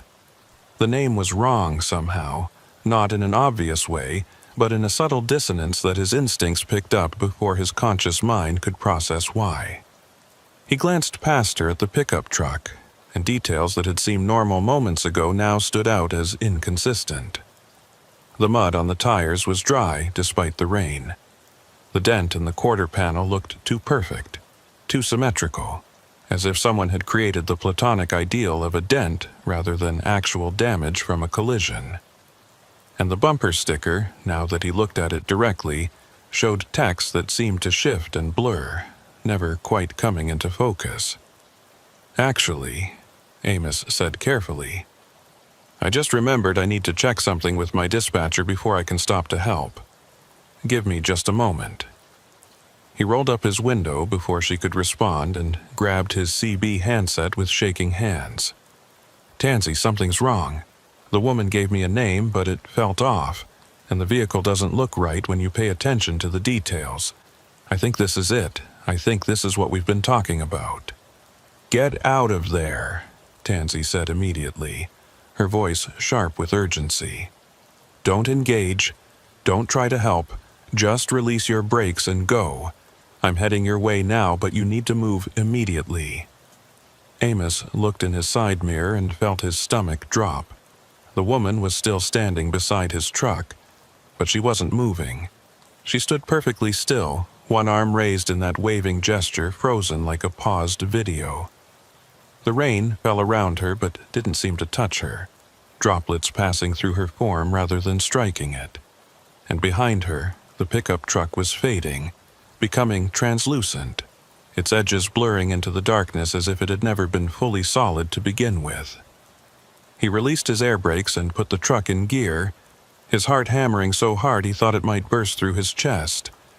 As he pulled away from the shoulder, he glanced in his mirror one last time and saw the woman, or the thing that looked like a woman, still standing in the same position, arm raised, face turned toward his retreating truck, and then she blinked out of existence as completely as if someone had flipped a switch, leaving only empty road and falling rain. "I'm clear," Amos said into the CB, hearing the tremor in his own voice. "It's gone. The whole thing just vanished." "Keep driving," Tansy instructed. "Don't stop until you're past mile marker 220. I'll meet you at the truck stop at 237, same as last time." The next 4 miles were the longest of Amos's life. He watched his mirrors obsessively, searching for any sign that the apparition was following him, or that other manifestations might appear. But the road remained empty, except for his truck and the rain, and gradually his pulse began to slow, his breathing to return to normal. He'd passed the test, had recognized the trap before stepping into it, had trusted his instincts over his desire to help. That should have felt like victory. Instead, it felt like he'd barely escaped something vast and patient and utterly inhuman. Tansy was waiting for him at the truck stop, her wrecker parked in the same spot it had occupied 6 months ago. They sat in his cab this time, the heater running to ward off the chill of the rain, and he told her everything that had happened. She listened without interrupting, her expression growing more troubled as he described the woman who'd given a name that felt wrong, the pickup truck that faded like mist, the way reality had seemed to unravel once he started questioning what he was seeing. "Marigold Keene," Tansy said slowly when he finished. "That's interesting." "Why?" "Because that's one of the names I've seen in the old records," she said. "From the highway construction project in 1962. Marigold Keene was a surveyor who worked on draining the wetlands. She was one of the 3 people who disappeared during the construction, though officially she was listed as having moved out of state for family reasons." Amos felt cold that had nothing to do with the weather. "So, that thing on the road was using her name. Why?" "Maybe because it's the only name it knows," Tansy suggested. "Or maybe because it's trying to communicate something about its own origins, showing you a piece of the history that created it. The road was built over the wetlands, and the wetlands took those 3 workers, and now something that uses the road's infrastructure, lights, CB signals, the shapes of vehicles, is reaching out in the only way it can." "Reaching out for what?" Amos asked. "What does it want?" Tansy was quiet for a long moment, staring out at the rain. "I don't think it wants anything," she said finally. "I think it is, like a recording that keeps playing, or an echo that never quite fades. The wetlands were drained, but never truly destroyed, and the people who disappeared into them left something of themselves behind. Now that residue manifests through the infrastructure we built on top of it, using our tools and our symbols, because those are the only things available in a landscape that's been completely transformed. It was a theory, nothing more, but it felt more true than any supernatural explanation could have. The idea that the road itself had become a medium for something older, That human engineering had inadvertently created a channel for the memory of the landscape to express itself made a kind of terrible sense, and it meant there was no fixing it, no exorcism or cleansing that would make the road safe. The manifestations would continue as long as the conditions were right. Heavy rain, reduced visibility, the particular alignment of weather and time that opened whatever doorway existed between the world as it was and the world as it had been. "What do I do?" Amos asked quietly. "How do I keep driving this route knowing what I know?" "You stay alert," Tansy said. "You trust your instincts, and you remember that the manifestations can be recognized if you look carefully enough. They always have details that don't quite add up. Names that feel wrong, vehicles that don't behave correctly, situations that seem just slightly off. Your brain knows the difference between real and not real, even if it can't always articulate why. Listen to that knowledge. Don't override it because you want to be helpful or because you're afraid of seeming paranoid." She pulled something from her pocket and handed it to him, a small compass, the kind hikers carried, with a brass case worn smooth by years of handling. This belonged to one of the surveyors from the original construction project. Not Keene, but another one who disappeared. I bought it at an estate sale years ago, before I knew its history. Keep it with you when you drive this stretch. I don't know if it actually does anything, but sometimes having a physical object that predates the road, that remembers what the landscape used to be, seems to help. Drivers who carry talismans from the area's past report fewer encounters. Amos took the compass and opened it. The needle swung wildly for a moment, then settled, pointing northwest, which was completely wrong for their current position. "It doesn't work," he said. "It works fine," Tansy corrected. "It's just not pointing to magnetic north. It's pointing to something else, where the wetlands used to be, maybe, or where the original marsh was deepest. I don't pretend to understand it, but I know that needle has never pointed true north since I got it. Doesn't matter where you are or which direction you're facing. It always points the same direction." Amos closed the compass and slipped it into his pocket, feeling the weight of it against his leg. It was absurd, carrying a broken compass as protection against supernatural manifestations on a highway. But absurdity seemed to be the operating principle of this entire situation, and he'd take whatever small comfort he could find. He completed his delivery without further incident, made his return trip via the alternate route, and filed his report with his dispatcher using carefully neutral language that mentioned weather delays but nothing else. The pharmaceutical company was satisfied. His driving record remained clean, and life returned to something approximating normal, but he knew he'd crossed a threshold that night. Had been tested twice by whatever haunted mile marker 214 and had passed both times through a combination of caution, instinct, and sheer luck. 3 months later, he was driving a different route entirely when his CB crackled and a familiar voice came through, distorted, slowed down, but unmistakably the same voice from that first night. "Standing water at mile marker 214. Use caution." Amos checked his GPS. He was nowhere near Highway 38. Was, in fact, more than 200 miles away on a completely different road. But the warning continued, repeating at regular intervals, and he understood that distance didn't matter to whatever was sending the message. It had marked him somehow, had recognized him as someone who could perceive its manifestations, and now it was reaching out across space to communicate something he couldn't quite interpret. He pulled the compass from his pocket and opened it. The needle, which should have been pointing randomly or to magnetic north, was pointing directly backward, toward the route he'd already traveled. Toward Highway 38 and mile marker 214, 200 miles behind him but somehow still present, still exerting influence. "I hear you," Amos said quietly. though he didn't key the CB microphone, didn't transmit the words anywhere but into the empty cab of his truck. "I hear you, and I understand that you're there. But I can't come back, not today, not by choice." The voice on the CB continued its warning for another minute, then fell silent. The compass needle swung back to its default position, northwest, toward the place where wetlands used to be. And Amos drove on through clear weather and ordinary roads, carrying the knowledge that he'd been changed by his encounters, marked by something that existed in the margins between what was and what used to be.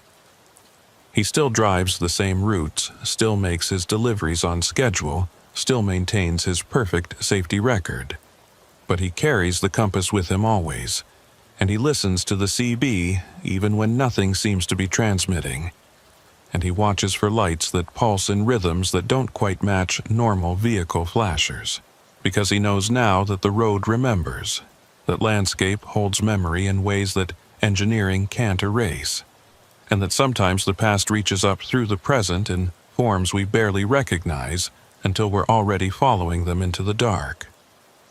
And on nights when the rain comes down hard and the Weather Service issues flood warnings for the valley, he takes the alternate route without being asked, makes the choice that adds hours to his journey, but keeps him away from mile marker 2 and 14. Not because he's afraid, exactly, but because he's learned that some invitations shouldn't be accepted, some lights shouldn't be followed, and some questions are better left unanswered by those who still have the luxury of choice. The road is patient. The road is always there. And someday, when conditions align and circumstances force him back to that stretch of highway in the middle of a storm, he'll have to face it again. But until that day comes, he drives carefully, pays attention to details, and trusts the part of himself that knows when something is reaching out from beneath the asphalt, using the language of lights and voices and familiar shapes to say things that can't be translated into human words. The amber lights still pulse at mile marker 214 on rainy nights. Other drivers still report seeing them, still follow them into flood zones or pull over to investigate. Some make it through. Some don't. And the road continues to take what it takes and return what it returns, following logic that predates highways and human engineering, expressing something that was here before the pavement and will remain long after the asphalt cracks and crumbles and the wetlands begin their slow reclamation of the land that was taken from them. Amos Rutledge knows this. He carries it with him on every drive, this knowledge of what waits in the places where past and present intersect, where memory becomes manifest, where the road speaks in a language only some can hear. And he drives on because that's what truckers do. They drive on through darkness and uncertainty, carrying their loads and their secrets, marked by experiences that can't be explained but can never be forgotten. The compass rests in his pocket, pointing always toward the wetlands that used to be. And sometimes, late at night when the rain is heavy and the road stretches empty before him, Amos pulls it out and watches the needle swing, and wonders what it would be like to follow that direction, to drive off the pavement and into the landscape that remembers, to finally understand what the lights have been trying to show him all along. But he doesn't follow. Not yet. Because he's a professional driver with deliveries to make and a life that still makes sense in the ordinary world. And because some mysteries once solved can't be unsolved, and some doors, once opened, can never be closed again. The road waits. The lights pulse, and mile marker 214 stands at the edge of the flood zone, marking the place where reality bends and the past bleeds through, and drivers who pay attention learn that the world is stranger and deeper and more dangerous than any map could ever show. Amos Rutledge drives carefully. He stays alert, and he remembers.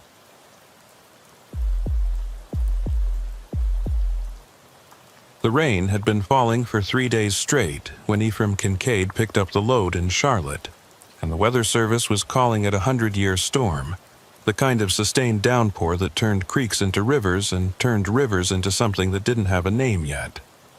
Ifif had been driving trucks for 16 years, hauling everything from furniture to frozen food across the eastern seaboard, and he'd learned to respect water in all its forms.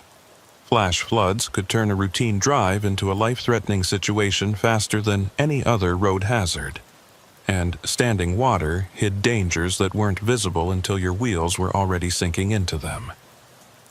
But the load needed to move. Medical equipment bound for a hospital in Richmond, and F had never missed a delivery in his career. The dispatcher had given him the option to wait out the storm, but that would mean delays that could cost the company money and potentially put patients at risk if the equipment was urgently needed.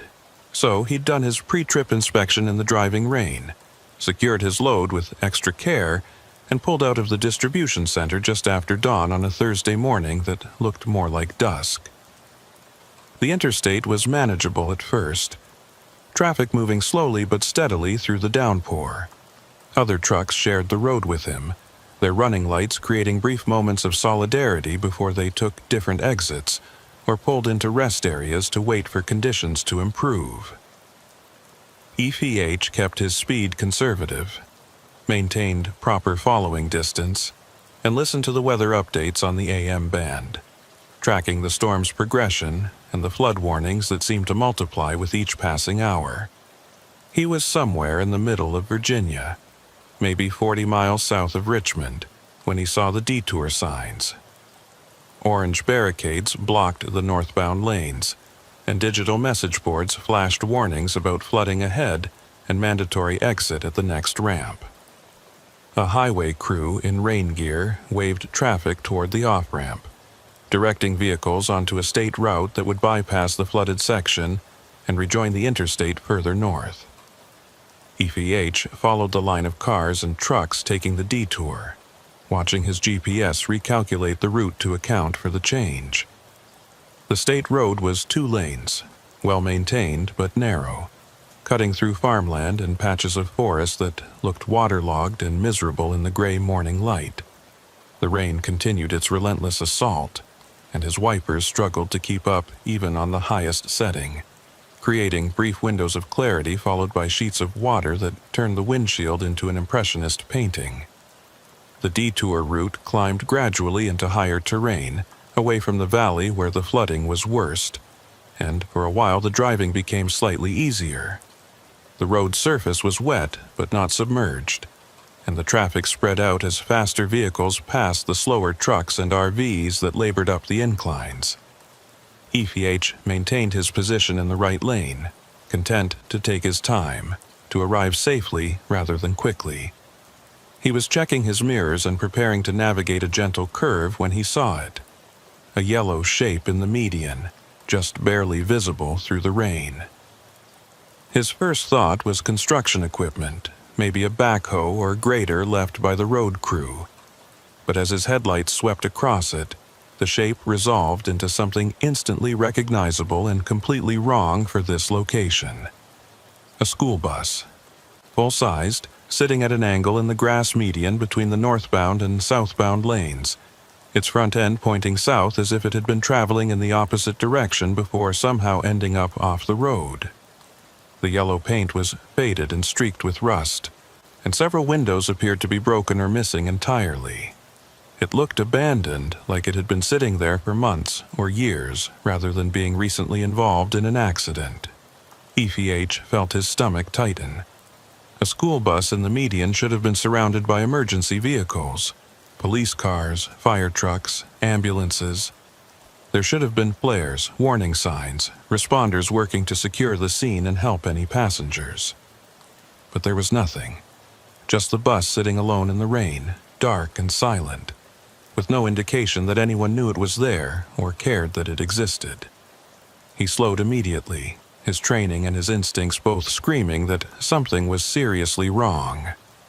His CB radio had been quiet for the past 20 minutes, but he grabbed the handset now and keyed the transmit button. "This is eastbound on State Route 42, approximately mile marker 18.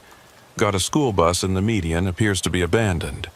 Anyone know anything about this? Static answered him, thick and crackling with the kind of interference heavy rain produced. He tried again, rephrasing the question, but got the same response. Just noise, no voices, no acknowledgement that anyone had heard him.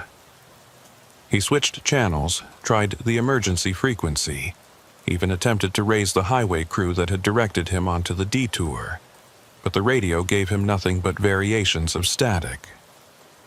The bus was maybe 100 yards ahead now, and F could see more details as he approached. The emergency exit at the rear was hanging open, swinging slightly in the wind. Mud covered the lower panels, splattered up from the wheels as if the bus had been driven through deep water or soft ground. And there, on the side panel just below the windows, he could make out a number. 1247. The paint was old and fading, but the digits were still legible. A car passed him going the opposite direction, its headlights briefly illuminating the bus from the other side, and Eve caught a glimpse of movement inside, or thought he did. It was hard to be sure through the rain and the dirty windows, but something had shifted in there, a shadow moving from one seat to another. He couldn't just drive past. If there were people inside that bus, especially children, they needed help. The fact that there were no emergency vehicles on scene suggested that maybe the accident had just happened, that he was the first person to come across it. Or maybe, and this thought made his chest tight, maybe the bus had been here longer and everyone else had simply driven past without stopping, assuming someone else had already called it in. F activated his hazard lights and carefully pulled onto the shoulder, positioning his truck so it would be visible to traffic coming from both directions. He set his air brakes, grabbed his rain jacket and flashlight, and climbed down from the cab into the downpour. The rain was cold and driving, hitting him hard enough that it stung exposed skin, and the ground beneath his boots was soft, water pooling in every depression. He approached the bus cautiously, his flashlight beam cutting through the rain and playing across the yellow panels. Up close, the deterioration was even more apparent. The paint wasn't just faded, it was peeling in long strips, exposing rust underneath. The tires looked dry-rotted, cracked, and sagging as if they'd lost most of their air pressure. The whole vehicle had the appearance of something that had been sitting derelict for a very long time, not something that had recently been in service. But that didn't make sense. If this was an abandoned bus that had been here for months or years, why hadn't it been towed? Why wasn't it on the incident reports that Highway Patrol would have filed? Why did it look like it had just been driven through mud and water, with fresh splatter patterns that couldn't be more than hours old? FH reached the front of the bus and shined his light through the windshield. The driver's seat was empty, the steering wheel covered in a layer of grime. Rain poured through gaps where the windshield seals had deteriorated, creating small waterfalls that splashed onto the dashboard. The interior looked abandoned. Seats covered in debris and what might have been animal droppings, the floor littered with trash that had accumulated over time. But there, about halfway back, was fresh mud. A trail of it leading from the emergency exit at the rear toward the front, as if someone had walked through the bus recently, their shoes leaving wet prints that hadn't had time to dry. And now that he was closer, Eve could hear something, a sound that made his skin crawl despite his determination to stay rational. Children's laughter, faint and distant, like it was coming from very far away or from behind thick walls, but unmistakable in its quality, the high-pitched, unself-conscious sound of kids finding something genuinely funny. It rose and fell in waves, punctuated by what sounded like whispered conversation, though he couldn't make out any actual words. Eve's hand tightened on his flashlight. The logical part of his brain insisted this was just audio distortion caused by the rain, wind whistling through broken windows creating sounds that his pattern-seeking mind interpreted as human voices. but the part of him that had survived 16 years on the road by trusting his instincts was screaming that something was deeply wrong here, that he should get back in his truck immediately and call for official help rather than investigating alone. He compromised by moving to the side of the bus and shining his light through one of the intact windows. The beam illuminated rows of seats, all facing forward in the standard configuration. Most were empty, but 3 seats near the middle showed signs of recent occupancy. The vinyl surfaces looked clean, free of the dust and debris that covered the others. And on one of those seats, barely visible in the beam of his flashlight, was a small backpack, bright blue, with cartoon characters on it, looking new and out of place in the deteriorated interior. The laughter came again, louder this time, and definitely coming from inside the bus. Eve moved toward the open emergency exit at the rear, his boots squelching in the wet grass. The door hung at an angle, one hinge broken, and mud was smeared across the steps as if multiple people had used them recently. He climbed up carefully, testing each step before putting his full weight on it, and pulled himself into the interior of the bus. The smell hit him immediately, mold and rot and stagnant water, the odor of abandonment and decay. But underneath that was something else, something fresher. The scent of rain-wet clothing and the faint chemical smell of laundry detergent. Someone had been here recently. Someone who washed their clothes in modern detergent and wore shoes that tracked mud in patterns consistent with active use rather than years of weathering. "Hello," Ive called out, his voice sounding small and swallowed by the rain hammering on the metal roof. "Anyone here? Do you need help?" No answer.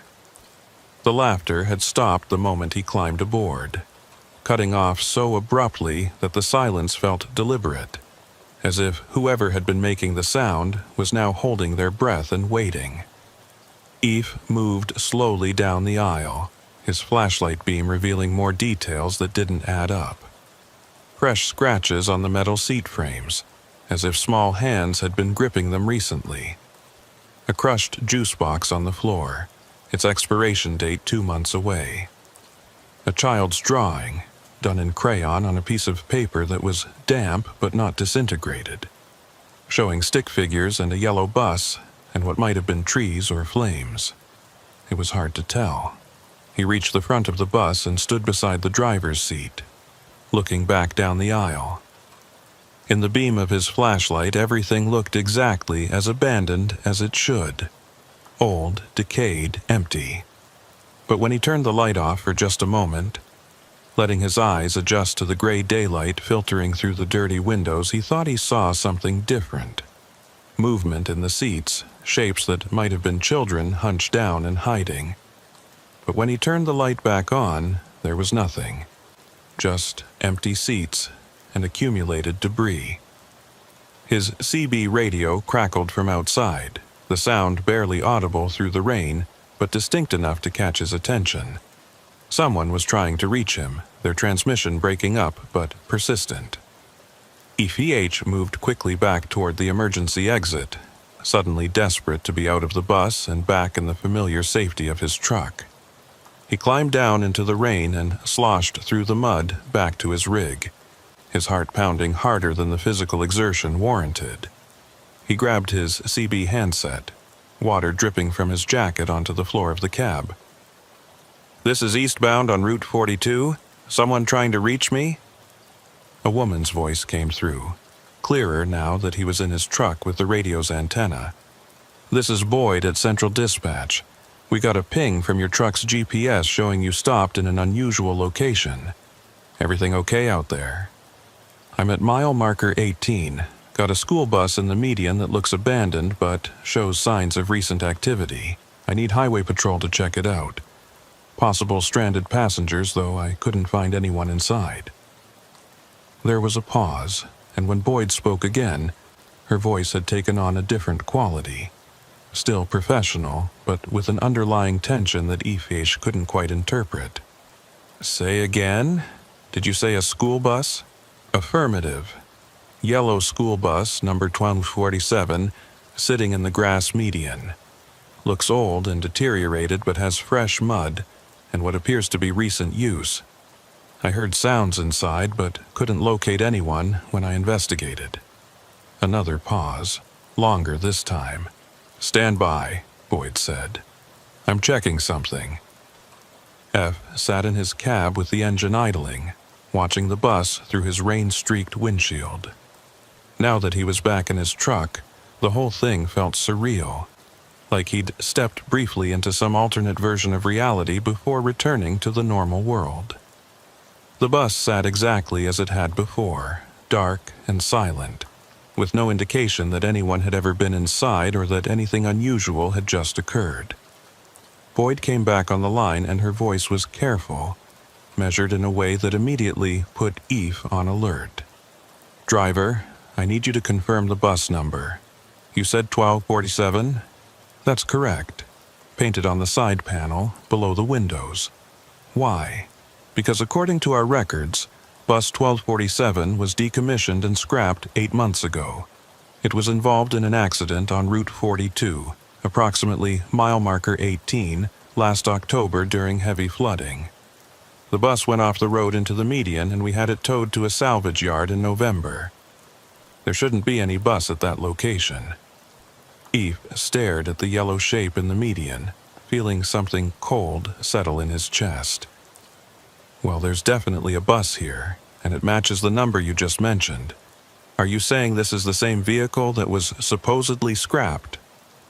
"I'm saying that's impossible," Boyd replied, but she didn't sound convinced by her own words. "Let me contact Highway Patrol and get someone out there to verify. In the meantime, I need you to stay with your vehicle and keep your doors locked. Do not approach the bus again. Do you understand?" "Understood," Eve said, though he wasn't sure he understood anything anymore. "How long until Highway Patrol arrives?"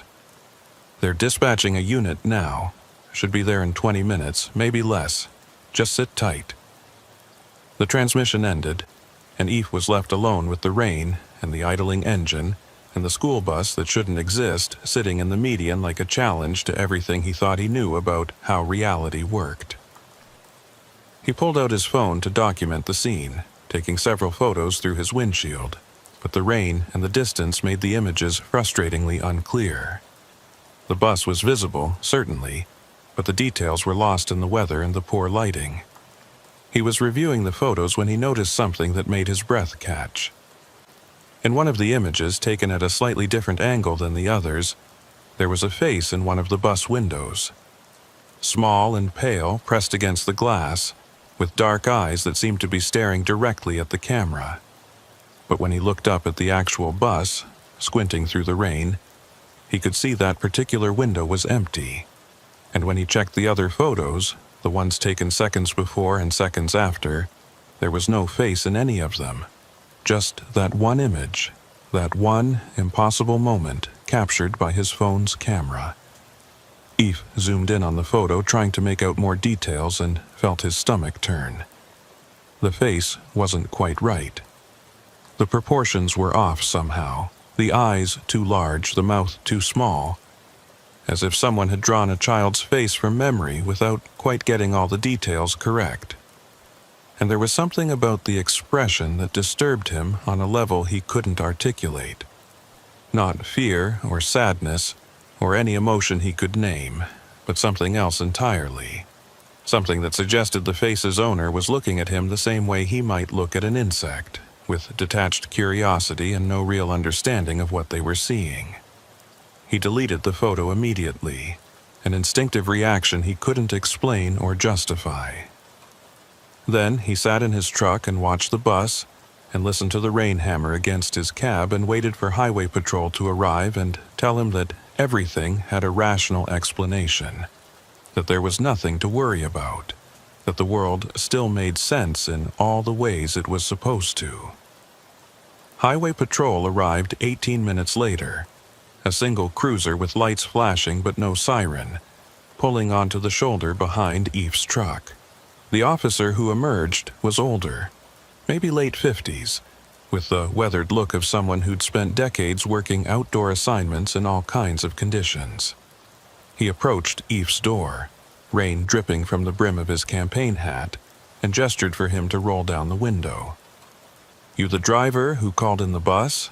the officer asked, his voice carrying the flat professional tone of someone who'd handled thousands of incidents and wasn't easily surprised by anything anymore. "That's right," Eve confirmed. "Ephraim Kincaid. I spotted it maybe 25 minutes ago, checked inside for passengers, couldn't find anyone, but heard sounds that made me think someone might be in there. Dispatch said the bus was supposed to be scrapped months ago." The officer nodded slowly, his eyes moving past Eve to focus on the yellow shape in the median. His expression didn't change much, but Eve caught something. A brief tightening around the eyes, a subtle shift in posture that suggested recognition rather than surprise. "Stay in your vehicle," he said. "I'm going to take a look, then we'll talk about what happens next." Eve watched as the officer made his way through the rain toward the bus, his flashlight beam playing across the faded yellow panels. The approach was methodical, professional, the movements of someone who'd investigated countless disabled vehicles and knew exactly what to look for. He circled the bus once completely, examining it from all angles, then climbed up through the rear emergency exit just as Eve had done. The officer was inside for maybe 5 minutes, though it felt longer. Eve kept his eyes fixed on the bus, watching for any indication of what was happening in there. But the rain and the dirty windows made it impossible to see anything clearly. Finally, the officer reappeared, climbing down from the emergency exit and making his way back to Eve's truck. His expression was carefully neutral, but there was something in his bearing that hadn't been there before. A tension that suggested he'd found something that troubled him. "Did you touch anything inside?" the officer asked once he was back at Eve's window. "Flashlight beam only," Eve replied. "Didn't move anything, didn't pick anything up. Just looked around trying to locate whoever was making those sounds I heard." "What kind of sounds?" "Children laughing. Talking, maybe, though I couldn't make out words. And footsteps like someone moving around between the seats." Eve hesitated, then added, "I know how that sounds. But I'm not making it up, and I wasn't imagining it. I heard people inside that bus." The officer was quiet for a moment, rain drumming on the hood of Eve's truck between them. "I believe you heard something," he said finally. "Question is what you actually heard versus what you think you heard. Rain does strange things to acoustics, especially with a metal structure like a bus. Wind through broken windows can create sounds that seem human when they're not. Your brain interprets those sounds as familiar patterns, voices, laughter, footsteps, because that's what makes sense given the context of a school bus." It was a reasonable explanation, one that Eve had already considered and tried to convince himself to accept. But it didn't account for everything he'd experienced. "What about the fresh mud?" he asked. "The tracks leading from the rear exit to the front, like someone had walked through recently. That's not acoustic distortion." "No, it's not," the officer agreed.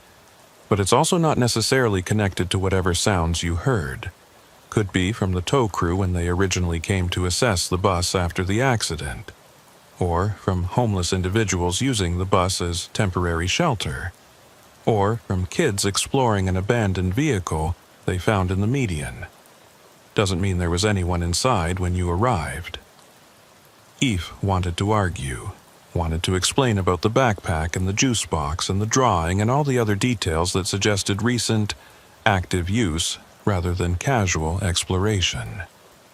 But he could see that the officer had already constructed his explanation, had fit the evidence into a framework that made sense within normal parameters, and pushing back would only make Eve look unreliable or emotionally compromised. "So, what happens now?" Eve asked instead. "Is the bus staying here, or are you having it towed?" "We'll have it towed," the officer said. Should have been done months ago, apparently. Somehow it fell through the cracks in the system. Paperwork got misplaced or filed incorrectly. These things happen, especially with incidents during major weather events when everyone's stretched thin. He pulled out a notepad and started writing. I need your full name, your company information, and your destination for the record. This'll go in the report as a citizen call about abandoned property. Nothing more complicated than that. Efi provided the information, watching as the officer documented everything in neat handwriting that somehow remained legible despite the rain spotting the paper. The whole interaction felt wrong, felt like an elaborate performance designed to categorize the incident as mundane and unremarkable. But Eve couldn't articulate why he felt that way without sounding paranoid or irrational. So he kept his concerns to himself and answered the questions as straightforwardly as possible. You're free to continue your route, the officer said once he'd finished writing. We'll take care of the bus. If we need any follow-up information, we have your contact details. What about the accident you mentioned? Eve asked. The one from last October. What happened? Was anyone hurt? The officer's expression closed down slightly, becoming more formal and distant. That's part of an ongoing investigation. I can't discuss details, but I can tell you that all passengers were accounted for at the time, and standard protocols were followed. There's nothing about that incident that should concern you. Except the officer's body language suggested otherwise. The way he'd positioned himself, slightly angled so his back was toward the bus, as if he didn't want to look at it directly. The way his hand kept moving toward his radio as if he was fighting the urge to call for backup or additional support. The way his eyes kept flicking to Eve's truck, checking the windows and mirrors, making sure there was nothing behind or around them that shouldn't be there. You've seen this bus before, Eve said quietly. You knew what I was talking about the moment I mentioned it. This isn't the first call about it, is it? For a moment, the officer's professional mask slipped, and Eve saw something underneath. Exhaustion, maybe, or frustration, or the kind of weariness that came from dealing with situations that defied easy explanation. Like I said, Mr. Kincaid, you're free to continue your route. Have a safe trip to Richmond. He turned and walked back to his cruiser before Eve could ask anything else, moving with deliberate purpose through the rain. Eve watched him go, watched him sit in his vehicle for several minutes doing something on his computer or his radio, and then watched him drive away, heading south on the state route without even a final glance at the bus in the median. EPH sat in his truck for another 10 minutes, engine idling, trying to decide what to do. Every instinct told him to drive away, to put distance between himself and whatever was sitting in that median pretending to be an abandoned school bus. But another part of him, the part that had spent 16 years solving problems and fixing situations and taking responsibility when others wouldn't, wanted answers. Wanted to understand what he'd actually encountered and why both Boyd and the highway patrol officer had reacted with what felt like recognition rather than surprise. He pulled out his phone and called the dispatch number, getting Boyd on the second ring. This is Kincaid. Highway patrol just left. They're saying the bus somehow didn't get properly removed after the original accident, that it's just been sitting here for months and I'm the first person to report it. Does that match what you found in your records? There was a pause, and Eve heard the sound of fingers on a keyboard in the background. That's what the official paperwork says, Boyd replied. But I did some additional checking after we talked, and there's something odd about the timeline. The bus was reported as towed to salvage on November 3rd, and there's documentation showing it was processed for scrap. But then, 3 weeks ago, there was a notation in the system about the same bus number being found abandoned on Route 42. No explanation for how it got back there. No investigation opened. Just a note that it needed to be removed again. 3 weeks ago, Eve repeated, feeling his stomach tighten. Was it actually removed that time? According to the records, yes. Towed by McClellan Salvage on February 19th, signed off by the same officer who just visited you, and marked as completed. But obviously the bus is still there, which means either the paperwork is wrong or something else is going on. Who's the officer? Eve asked. The one who signed off on the tow. More keyboard sounds. Name listed is Sergeant Tolliver, first initial R. Based out of the county substation. Been with Highway Patrol for 23 years. Clean record, solid performance reviews, no disciplinary issues. He was just here, Eve said. And he acted like he'd never seen the bus before today, like this was the first time anyone had reported it. Why would he lie about that if he's the one who supposedly had it towed 3 weeks ago? Boyd was quiet for a long moment. I don't know, she said finally, but I think you should continue your delivery and stay away from that bus.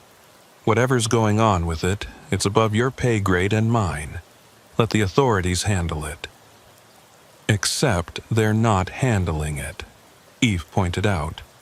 They're documenting it and driving away and leaving it sitting there in the median where the next driver who comes through will see it and potentially stop to investigate, just like I did. If there's something dangerous about that bus, shouldn't someone be warning people? Warning them about what? Boyd asked, and her voice had taken on a sharp edge. That an old school bus is sitting in a median and making sounds that might be wind through broken windows? That it has some mud on the floor that could be from a dozen different sources? You said yourself you didn't find anyone inside, didn't see any actual danger. What exactly would we be warning drivers about?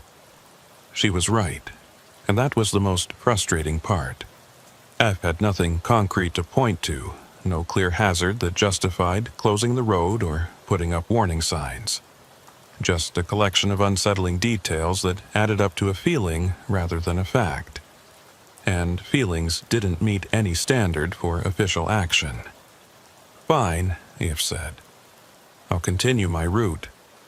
But for the record, I think something's wrong here, and I think people know more than they're saying. Noted, Boyd replied. Your concern is noted and will be included in the incident report. Now please, finish your delivery. The hospital's expecting that equipment by this afternoon. Eve ended the call and sat staring at the bus for another minute, trying to memorize every detail in case it mattered later. Then he released his air brakes, put the truck in gear, and pulled back onto the highway, leaving the yellow shape in the median behind him.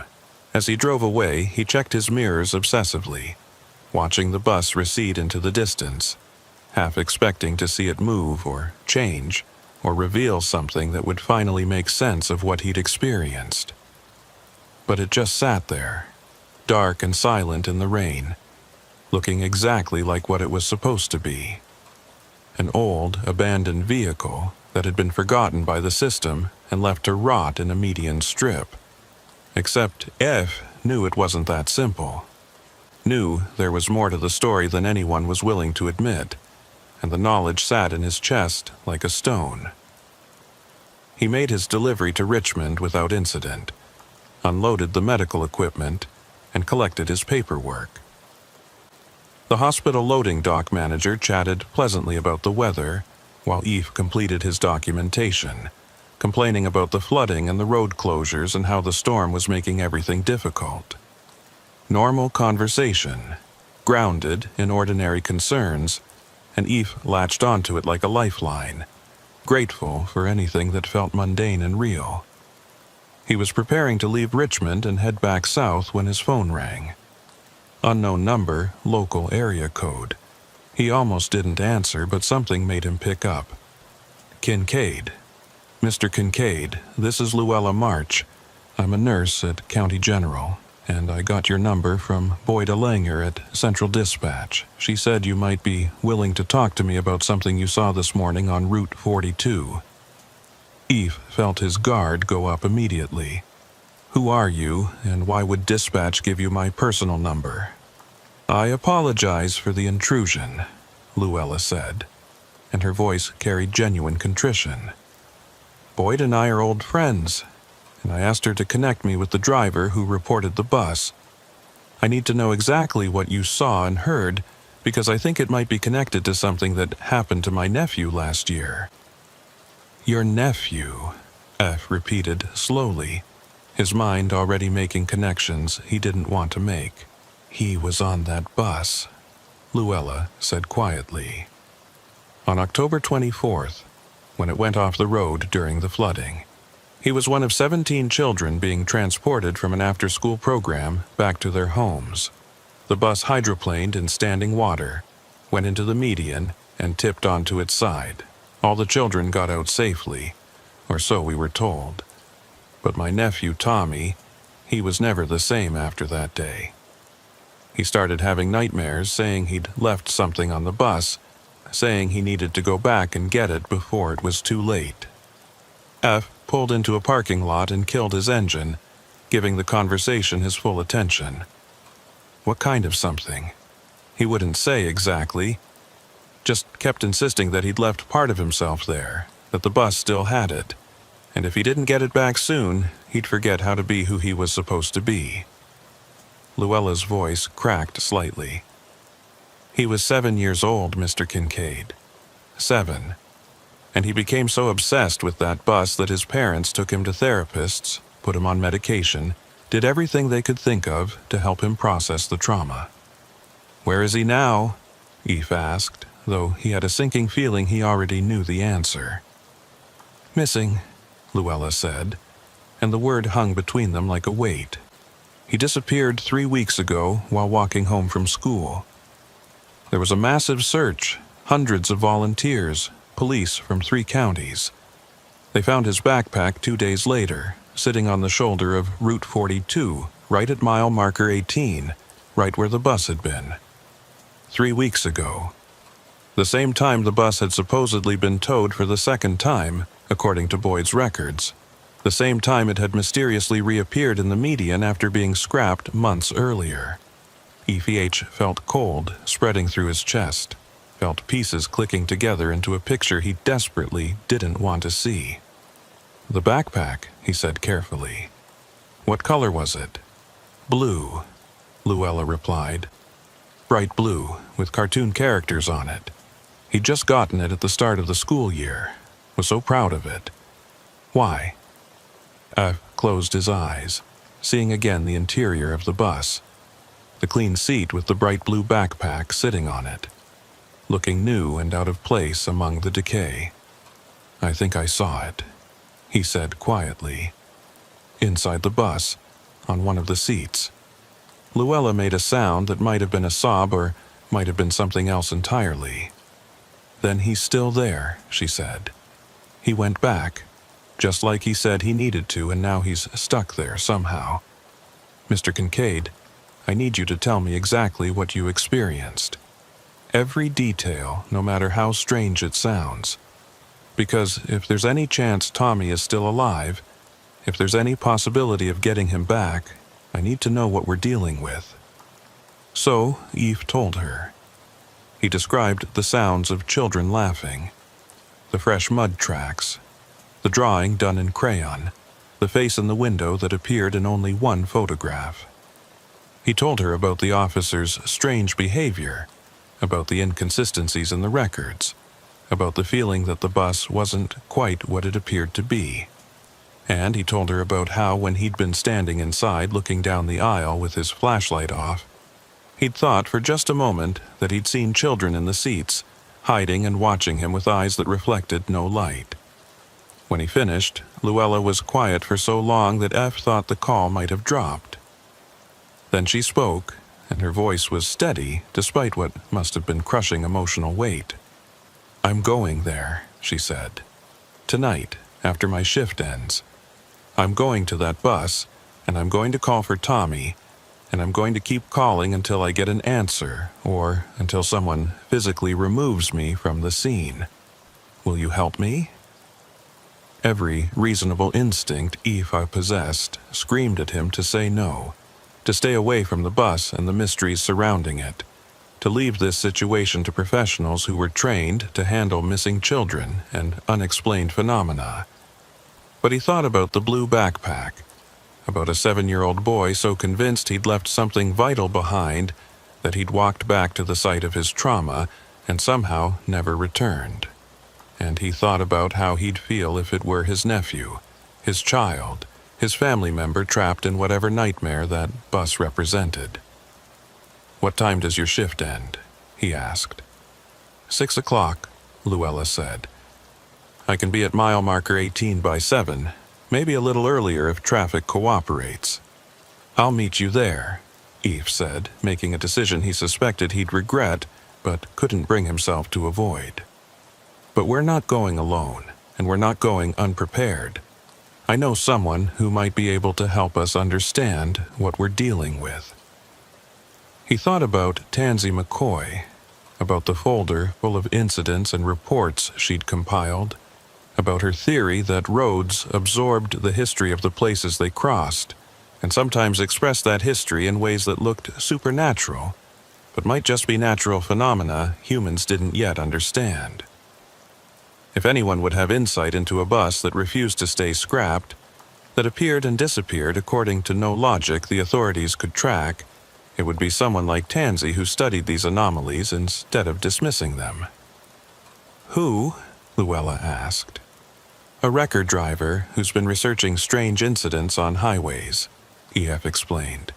"She's based in a different region, but she might know someone local who tracks this kind of thing. Or she might have information that could help us figure out what's actually happening with that bus." "Okay," Luella said. "Call whoever you need to call.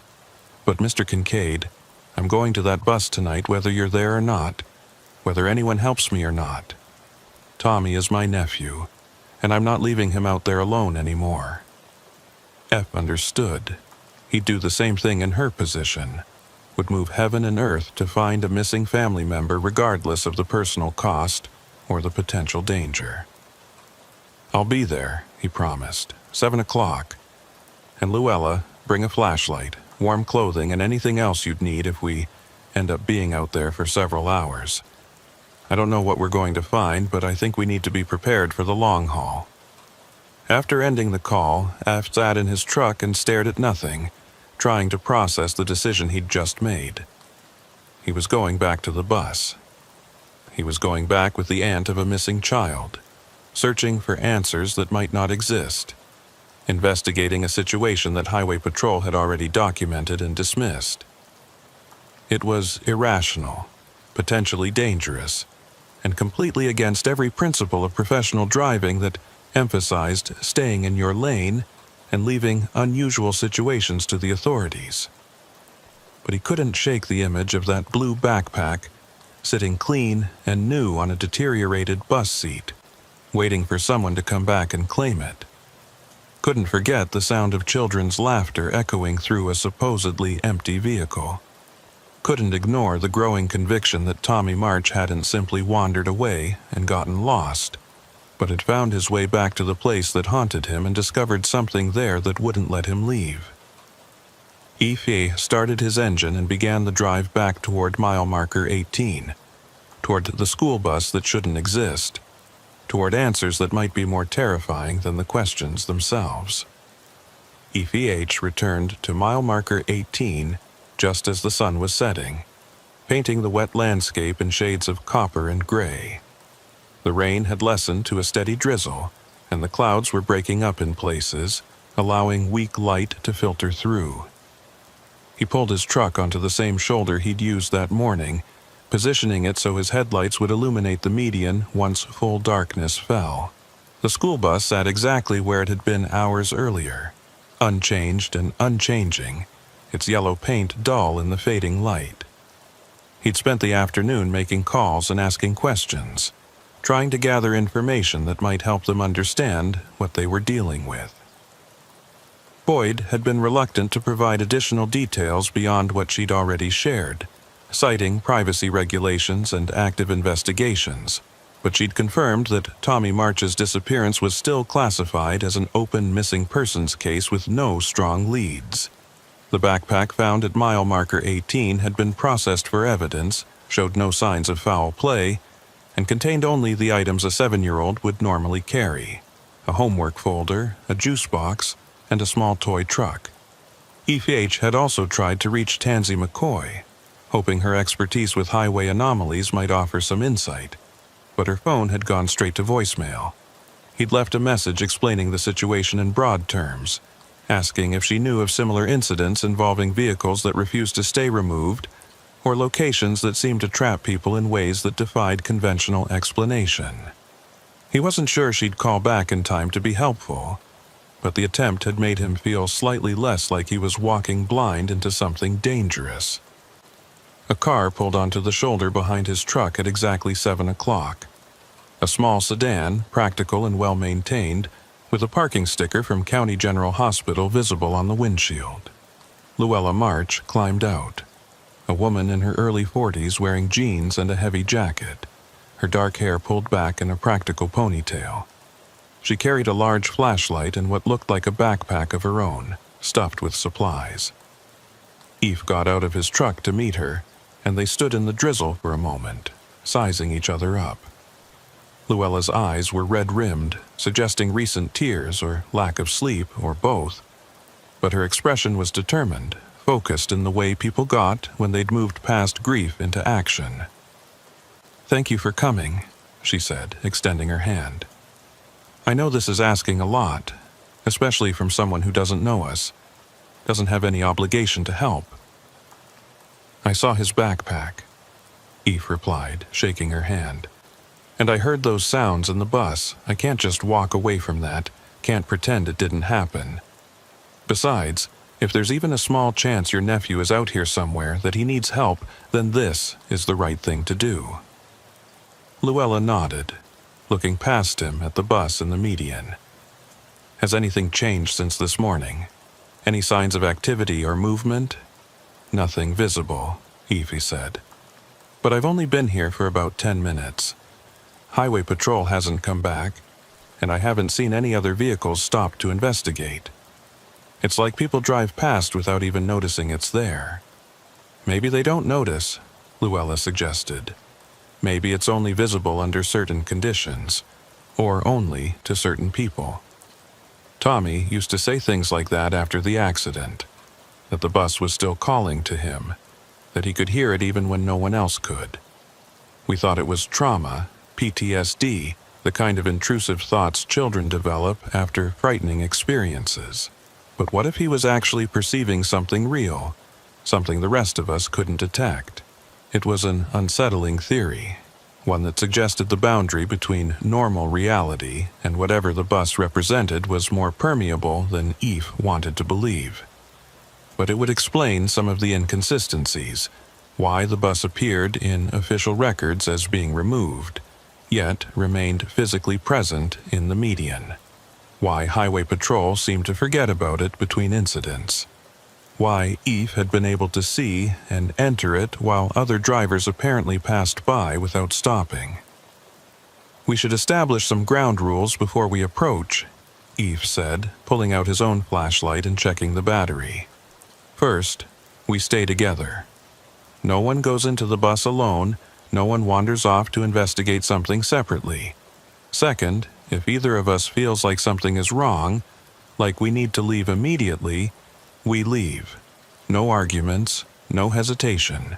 And third, we document everything. Photos, videos, voice recordings if we can. Whatever we find, we need evidence that other people can examine." Luella agreed, and they approached the bus together, their flashlight beams cutting through the gathering darkness. The drizzle had stopped, leaving everything wet and glistening, and the air smelled of rain-soaked earth and something else, something faintly metallic and organic that Eve couldn't quite identify. As they got closer, he noticed details he'd missed that morning in his initial investigation. The mud on the tires wasn't uniform. On the side facing the southbound lanes, it was dry and cracked, consistent with having been there for months. But on the side facing the northbound lanes, where Eve had approached that morning, the mud looked fresh and dark, still damp despite hours of sitting in place. As if the bus existed in two different time periods simultaneously, one side aging normally while the other remained frozen in the moment of the accident. "Do you see that?" Eve asked, pointing out the discrepancy to Luella. She studied the tires carefully, then moved around to examine the other side of the bus.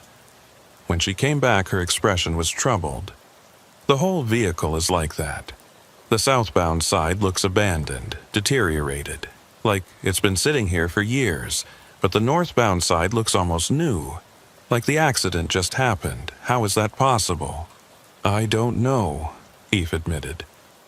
"But I think it means we need to be very careful about which side we enter from and what we touch once we're inside.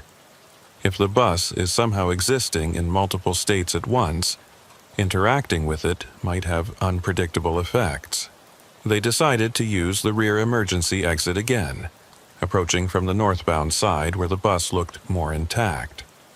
Eve climbed up first, testing each step before putting his full weight on it, then helped Luella up behind him.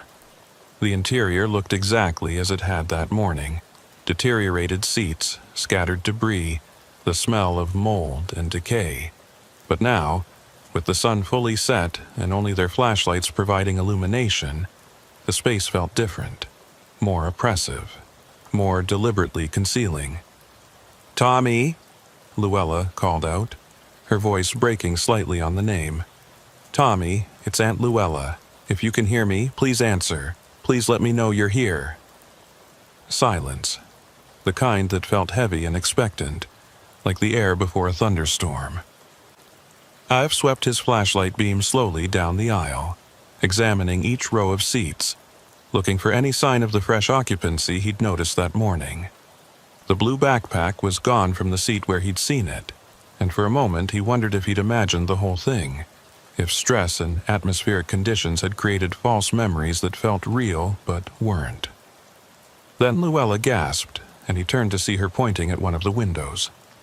Pressed against the glass from the outside, visible only because of the angle of her flashlight, was a small handprint, fresh enough that condensation still clung to the edges, small enough that it could only belong to a child. "That wasn't there before," Af said, moving closer to examine it. "I checked all the windows this morning, and there were no prints, no signs that anyone had touched the glass recently." Luella was already moving toward the front of the bus, calling Tommy's name again, her voice rising with desperation and hope. Eve followed, keeping his flashlight trained on their path, watching for anything that might trip them or present a hazard. They reached the driver's area, and Luella stopped abruptly, her hand flying to her mouth. On the dashboard, arranged in a neat line, were 3 items: a toy truck, identical to the one Boyd had mentioned finding in Tommy's backpack; a juice box, the same brand from the backpack; and a folded piece of paper that, when Luella unfolded it with shaking hands, revealed a child's drawing done in crayon.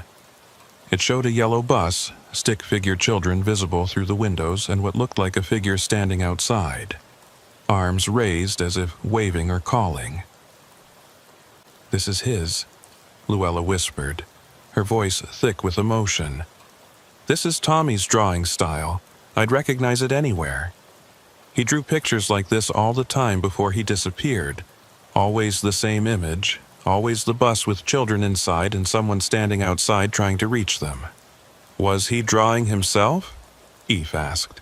"The figure outside the bus?" "I thought so at first," Luella said. "But then one day I asked him who it was and he said it was me. He said I would come looking for him, and when I did, I needed to call very loud so he could hear me through the walls." She looked up at Eve, tears streaming down her face.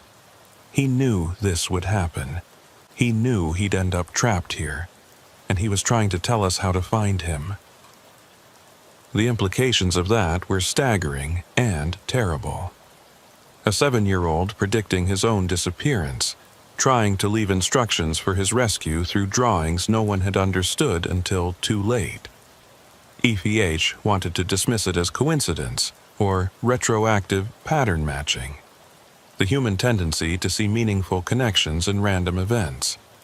But standing in the bus with the drawing in Luella's hands and the fresh handprint on the window, dismissal felt like willful blindness. "Then we call," Eve said. "We call as loud as we can, and we keep calling until something answers or until we're physically unable to continue." They started calling together, their voices echoing through the metal shell of the bus and out into the night. "Tommy, Tommy March, can you hear us? Your Aunt Luella is here. We've come to take you home." Over and over, taking turns so their voices wouldn't give out, maintaining a steady rhythm of sound that filled the space and pushed back against the oppressive silence. At first, nothing happened. The bus remained empty and dark, responding to their calls only with natural echoes and the creaking of metal settling. But after maybe 10 minutes of continuous calling, Eve noticed something changing. The air inside the bus was growing colder, temperature dropping rapidly enough that their breath began to fog. And the ambient sound was shifting, the natural background noise of wind and distant traffic fading away until there was only their voices, and then, gradually, another sound underneath. Children laughing. The same sound Eve had heard that morning, but clearer now, more distinct. Not distant or muffled, but present, as if the children were right there in the bus with them, sitting in seats that looked empty but somehow weren't. The laughter had a strange quality to it, not quite innocent, not quite menacing, but something in between. The sound of children engaged in a game they didn't fully understand, following rules that made sense to them but might not make sense to anyone else. "Tommy?" Luella called again, her voice cracking with emotion. "Tommy, if that's you, please show yourself. Please let me see you. I've been so worried. We've all been so worried. We just want to bring you home." The laughter stopped abruptly, replaced by whispered conversation too quiet to make out individual words. F aimed his flashlight toward the sound, and for just a moment, less than a second, barely long enough to register, he saw them. Children sitting in the seats, 7 or 8 of them, wearing clothes that looked wet and muddy as if they'd been playing outside in the rain. They were looking at Luella and Ave with expressions that mixed curiosity and caution, the way children looked at strangers they'd been taught not to talk to. Then F blinked, and the seats were empty again, but the impression remained, burned into his retinas like an afterimage. Small faces, wide eyes, hands gripping the seat backs in front of them. And in the third row on the right, a boy with dark hair and a blue jacket who looked exactly like the photograph Luella had shown him on her phone, the picture of Tommy taken 2 weeks before his disappearance. "Did you see them?" Luella asked, her voice barely above a whisper. "Please tell me you saw them too, that I'm not losing my mind." "I saw them," Eva confirmed. "And I saw Tommy. 3rd row, right side. He was there, Luella. He was looking right at us." Luella moved quickly down the aisle, stopping at the seat F had indicated. She reached out toward it, her hand trembling, and the moment her fingers made contact with the vinyl surface, the temperature dropped even further. The metal walls of the bus began to frost over, ice crystals forming in intricate patterns that looked almost deliberate, almost like writing. And through the sudden cold, a child's voice spoke clearly, close enough that it seemed to come from right beside them. "Aunt Luella?" It was Tommy's voice, unmistakable according to Luella's reaction. She spun around, searching for the source, her flashlight beam sweeping wildly across the interior. "Tommy, where are you? I can hear you, but I can't see you." "I'm here," the voice said, and now Eve could pinpoint the location. It was coming from the seat Luella had touched, as if Tommy was sitting there but somehow invisible, present in a way that their eyes couldn't detect, but their ears could. "I came back like I said I would. I had to get what I left behind. "What did you leave behind, sweetie?" Luella asked, her voice gentle despite the terror that must have been coursing through her. "What was so important that you had to come back?" "Part of me," Tommy replied, and his voice carried a flatness that was deeply unsettling, as if he was reciting memorized words rather than speaking spontaneously. "When the bus fell over, part of me got stuck in the moment. The scared part. The part that didn't want to get up and leave because leaving meant accepting that something bad had happened. So that part stayed, and the rest of me went home. But I wasn't whole anymore. I could feel the missing piece calling to me, pulling at me, and finally I had to come back and get it." "And did you find it?" Eve asked, keeping his voice calm and level. "Did you find the part you were looking for?" A pause, during which the frost patterns on the walls seemed to shift and rearrange themselves. "I found it," Tommy said. "But now I can't leave. The scared part is stuck to this place, and when I came back to get it, I got stuck too. We're both here now, but we can't get out. The walls won't let us. The bus won't let us." Luella reached toward the seat again, her hand passing through empty air as if trying to touch a nephew she couldn't see. "Then we'll get you out," she said firmly. "That's why we're here, Tommy, to bring you home. Both parts of you. You don't have to be stuck anymore." "You can't get us out from inside," Tommy said, and his voice was fading now, becoming distant and echo-like. "You have to go outside and break the walls. But you have to be careful, because breaking the walls might break us too. We're part of the bus now, and the bus is part of us, and I don't know what happens if you separate us wrong." The voice faded completely, leaving only the sound of wind whistling through broken windows and the steady drip of water condensing on the frosted metal. Luella stood frozen, her hand still extended toward the empty seat, her expression cycling through grief and hope and determination. "We need to go outside," Eve said gently. "We need to figure out what Tommy meant about breaking the walls, about separating him from the bus. But we're not doing it randomly, not without understanding the risks. If he's somehow bound to this vehicle, if his consciousness or his spirit or whatever we want to call it has become entangled with the structure, then we need to be very careful about how we proceed."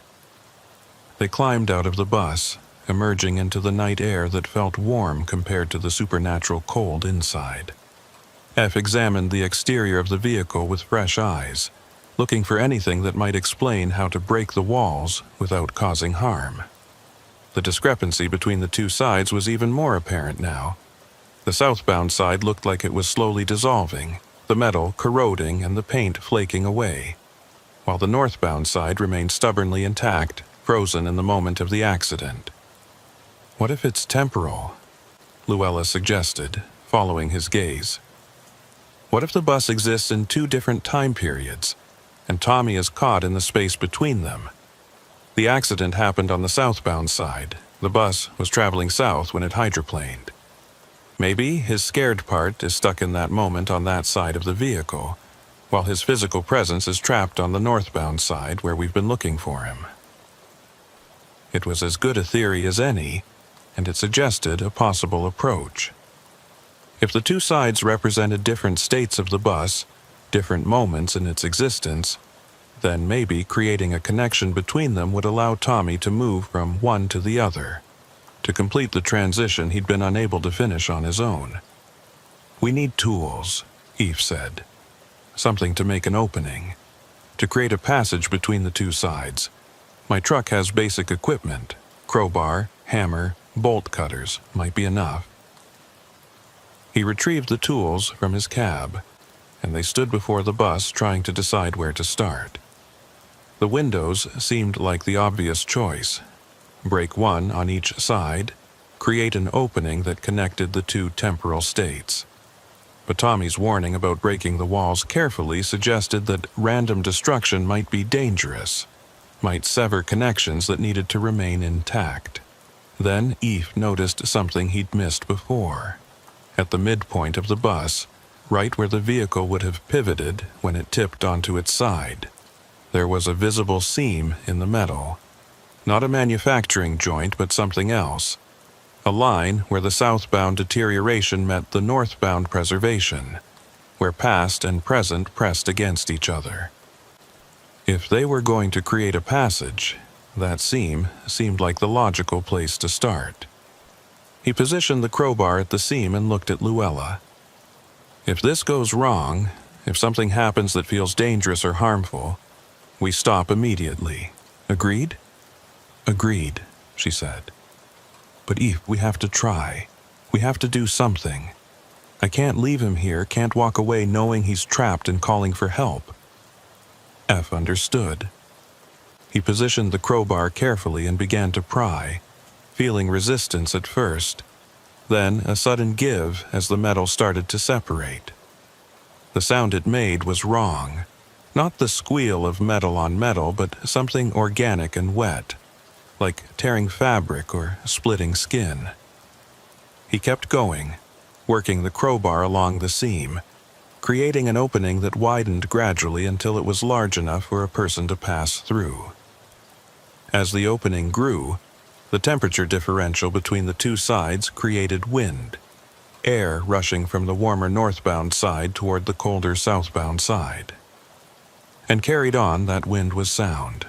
Children's voices, multiple voices, all calling out at once in a mixture of relief and fear and desperate hope. They were all in there, Eve realized. Not just Tommy, but all the children from the accident. The 17 young passengers who'd supposedly gotten out safely, but had perhaps left pieces of themselves behind. Fragments of consciousness that remained trapped in the traumatic moment. Light began to pour through the opening, not from any external source, but from inside the bus itself, as if creating the passage had released something that had been building up for months. It was bright enough to hurt, bright enough that Eve had to shield his eyes, and through the glare he could see shapes moving, small figures climbing through the opening from one side to the other, reassembling themselves, becoming whole again. The process lasted maybe 30 seconds, though it felt much longer. When the light faded and Eve could see clearly again, the bus had changed. The southbound side no longer looked deteriorated. It had caught up somehow, had aged forward to match the northbound side. Or maybe the northbound side had aged backward. Either way, the vehicle now looked uniform, consistent, like a normal abandoned bus, rather than an impossible object existing in multiple states simultaneously. And lying in the grass beside the bus, unconscious but breathing, were two children. Tommy March, wearing the blue jacket from Luella's photograph and the missing backpack still strapped to his shoulders, and a girl, maybe 9 or 10 years old, wearing a school uniform and clutching a stuffed animal. Luella ran to Tommy, dropping to her knees beside him and checking his vital signs with practiced efficiency. "He's alive," she said, her voice breaking with emotion. "He's breathing. His pulse is strong.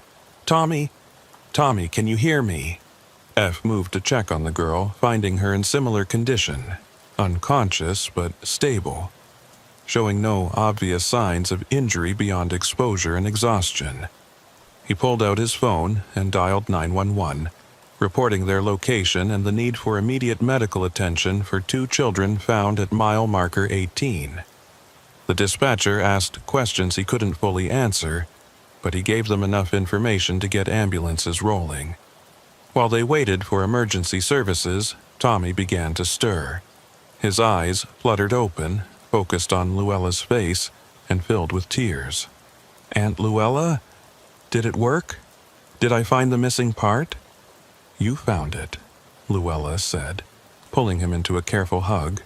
"You found it, and you made it back. You're safe now, Tommy. You're going to be okay."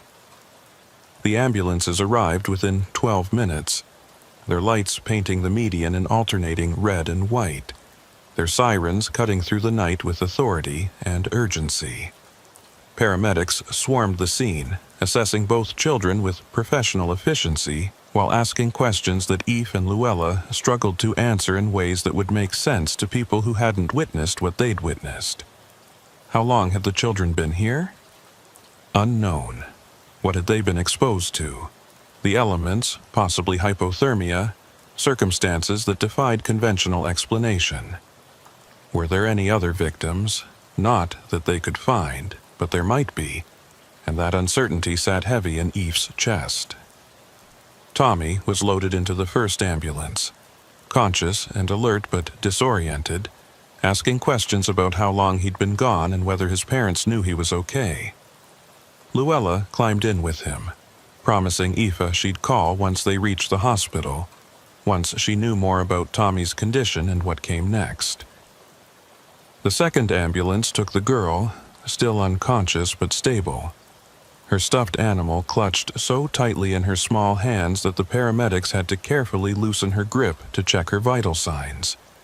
Before the ambulances pulled away, Aoife managed to get the girl's description and asked the paramedics to check missing persons reports for matches. She looked like she'd been gone for longer than Tommy, her clothes more weathered, her skin showing signs of prolonged exposure that 3 weeks wouldn't fully account for. He had a terrible suspicion that she might have been missing for months, maybe even since the original accident, and that somehow she'd been overlooked in the initial count of survivors. Highway patrol arrived as the ambulances departed. 2 cruisers this time instead of 1. Sergeant Tolliver climbed out of the first vehicle, his expression transitioning from routine response to something else entirely when he saw Eve standing beside the bus. Recognition, maybe, or resignation.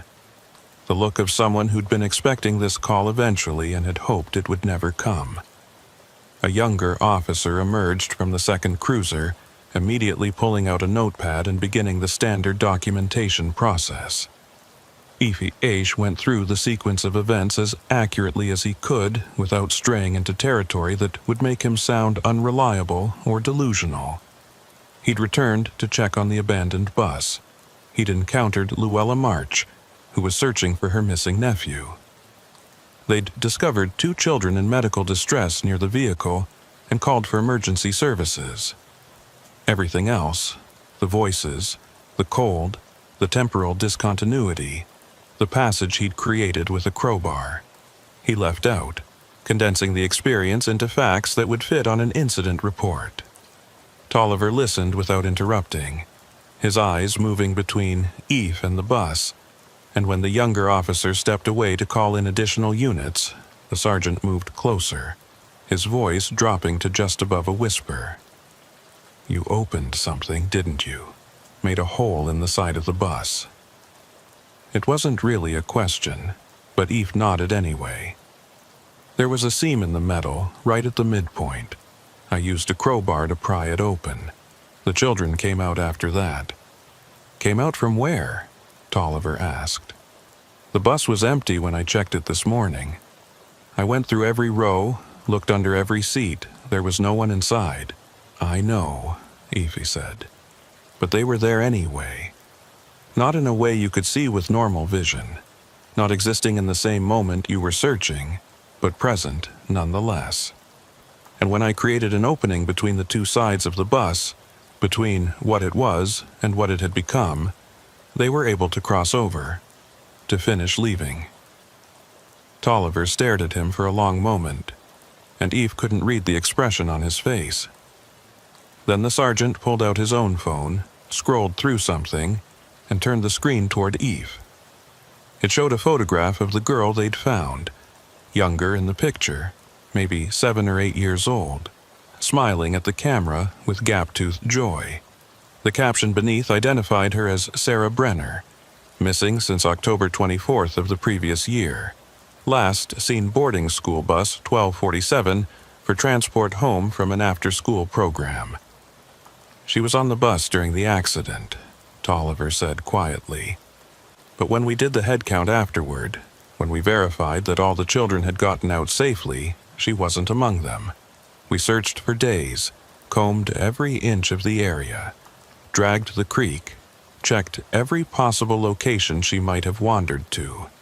Eventually, We had to conclude she'd somehow left the scene before we arrived, got picked up by someone, or walked away in the confusion. The case went cold after 3 months. Because she never left the bus, Eve said, understanding crystallizing. She got out physically, followed the evacuation procedure, but part of her consciousness remained trapped in the moment of the accident. And over time, that part pulled the rest of her back, the same way it pulled Tommy back. They were all supposed to be gone, all marked as safe and accounted for, but the trauma had created anchors that wouldn't release them. How many? Tolliver asked, and his voice had taken on a haunted quality. How many children were still in there, still trapped in that moment? I don't know, Af admitted. I heard multiple voices, saw several shapes when I looked with my flashlight off. Tommy said there were others, said we instead of I, when he was talking about being stuck. But whether they all got out when I opened the passage, whether some of them chose to stay or couldn't make the transition, I can't tell you. I only know that Tommy and Sarah made it through. The younger officer returned, reporting that he'd contacted the state police and they were sending a forensic team to process the scene. Standard procedure for cases involving missing children, even when, especially when, the circumstances didn't make conventional sense. Tolliver acknowledged the information, then turned back to Eve with an expression that mixed frustration and something that might have been grudging respect. You're going to need to come to the station and give a formal statement, Tolliver said. Everything that happened, everything you saw and heard and did, and I'm going to need you to be completely honest, even about the parts that sound impossible, because this situation is going to generate reports and investigations and questions from people much higher up the chain than me. Can you do that? I can do that, Eve said. But I need to know something first. When you came here this morning and investigated the bus, did you really not see anything unusual?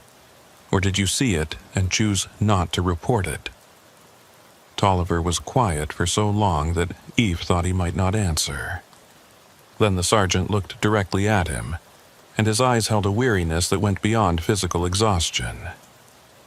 I saw the mud tracks. I saw the backpack.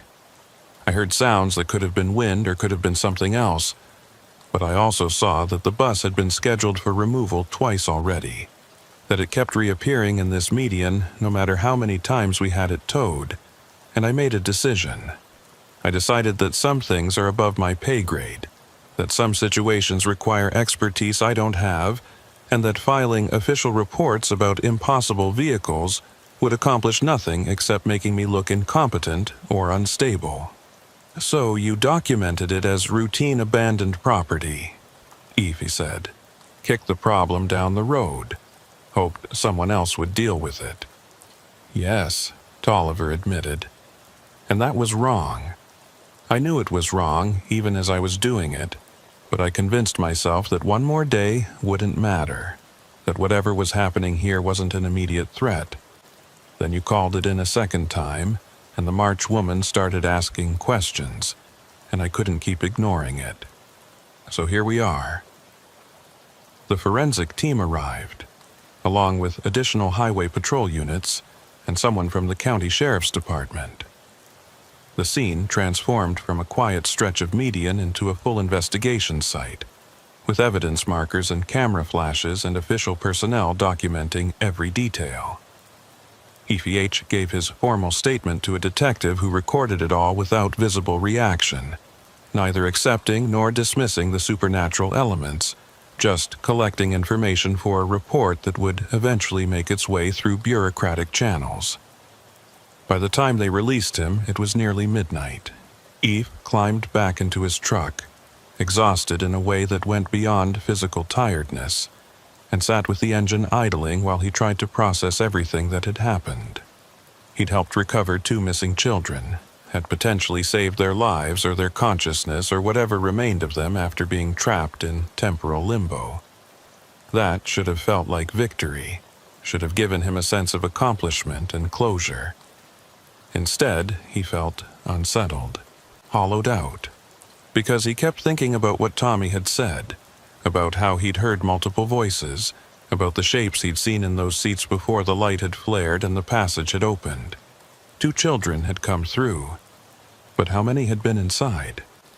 How many were still trapped, unable or unwilling to make the crossing, their fragments of consciousness still bound to the decaying vehicle in the median? His phone rang, and Luella's name appeared on the screen. He answered immediately. "How is he?" "Stable," Luella said, and he could hear the exhaustion and relief in her voice. "Physically, he's fine. Mildly dehydrated. Some exposure symptoms, but nothing serious. Mentally," she trailed off. "He keeps talking about the other children, asking if they made it out too, if they're safe. The doctors think it's trauma response. Survivor's guilt, maybe. But Eve, I think he actually knows. I think he's asking about specific individuals who were in there with him." "Sarah Brenner made it out," Eve said. "She's at the hospital too, I assume. But I don't know about the others. I don't know if there were others who came through or if they're still trapped." "Tommy says there were 15, Luella said, quietly. "He counted them while he was in there, recognized some of them from the accident, saw others who he'd never met, but who'd been drawn to the bus for the same reasons he was. 15 children, all caught in that moment, all unable to fully leave. If only 2 made it through the passage you created." She didn't finish the thought, but she didn't need to. 13 children still trapped, still waiting, still bound to a vehicle that existed in a state between accident and aftermath. 13 fragments of consciousness that might fade over time or might remain indefinitely, calling out to anyone who could hear them, trying to find their way back to the world they'd been separated from. "What do we do?" Luella asked. "We can't just leave them there. We can't tell their families that we found them, but couldn't bring them home." "I don't know if we can do anything," Eve said honestly. "The passage I created worked for Tommy and Sarah, but I don't understand why. I don't know if opening it wider would help the others or if it would make things worse. And I don't know if I'm the right person to be making those decisions. This is so far beyond what I'm qualified to handle." "But you're the one who did it," Luella pressed. "You're the one who figured out how to create the opening, who made it possible for Tommy to come back. If anyone can help the others, it's you." F wanted to argue, wanted to explain that what he'd done had been part instinct and part desperation and mostly luck, that he had no special knowledge or ability that would let him repeat the process reliably. But he thought about those voices he'd heard, about the shapes he'd glimpsed in the seats, about children trapped in a moment of fear and confusion with no one coming to help them. And he thought about how he'd feel if it were his child, his nephew, his family member stuck in that liminal space. "I'll go back tomorrow," he said.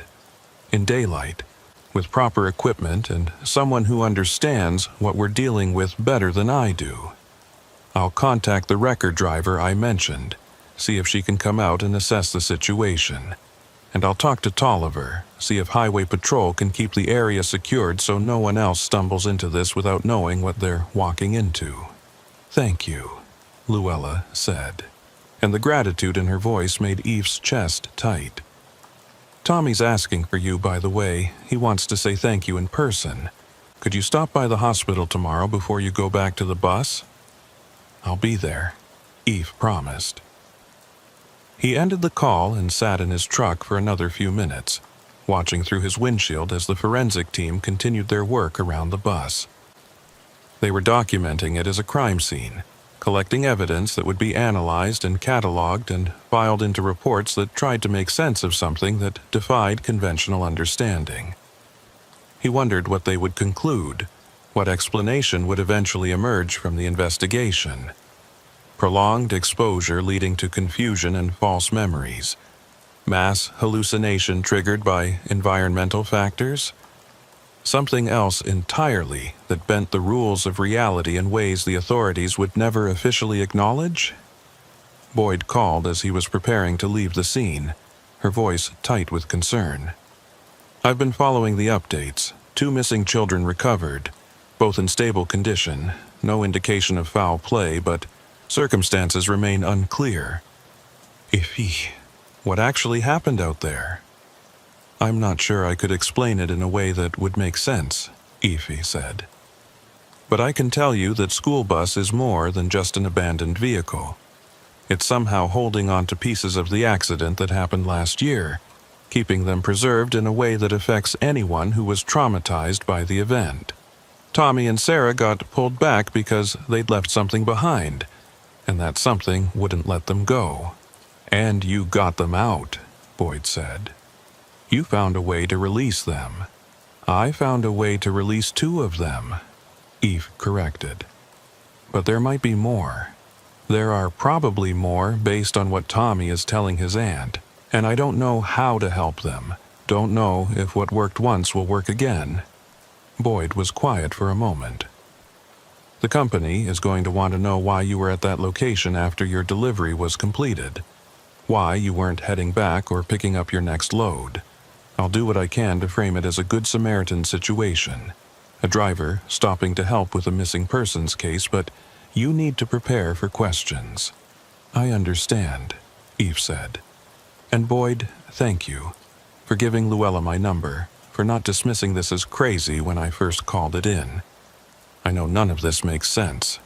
It makes perfect sense if you accept that the world is stranger than we usually admit, Boyd replied. I've been dispatching drivers for 15 years, and I've heard enough stories about impossible things happening on lonely roads to know that there's more out there than anyone wants to acknowledge officially. Just be careful, Eve. Whatever you're dealing with at that bus, it's not done with you yet. She was right, and he knew it. He could feel the pull even now, sitting in his truck half a mile from the median, feel the weight of unfinished business pressing against his consciousness. He'd opened a door, and doors had a tendency to swing both ways. What came out could also pull things in, and he wasn't sure he understood the rules governing the exchange. EPH drove to a truck stop 20 miles north and parked for what was left of the night, but sleep wouldn't come.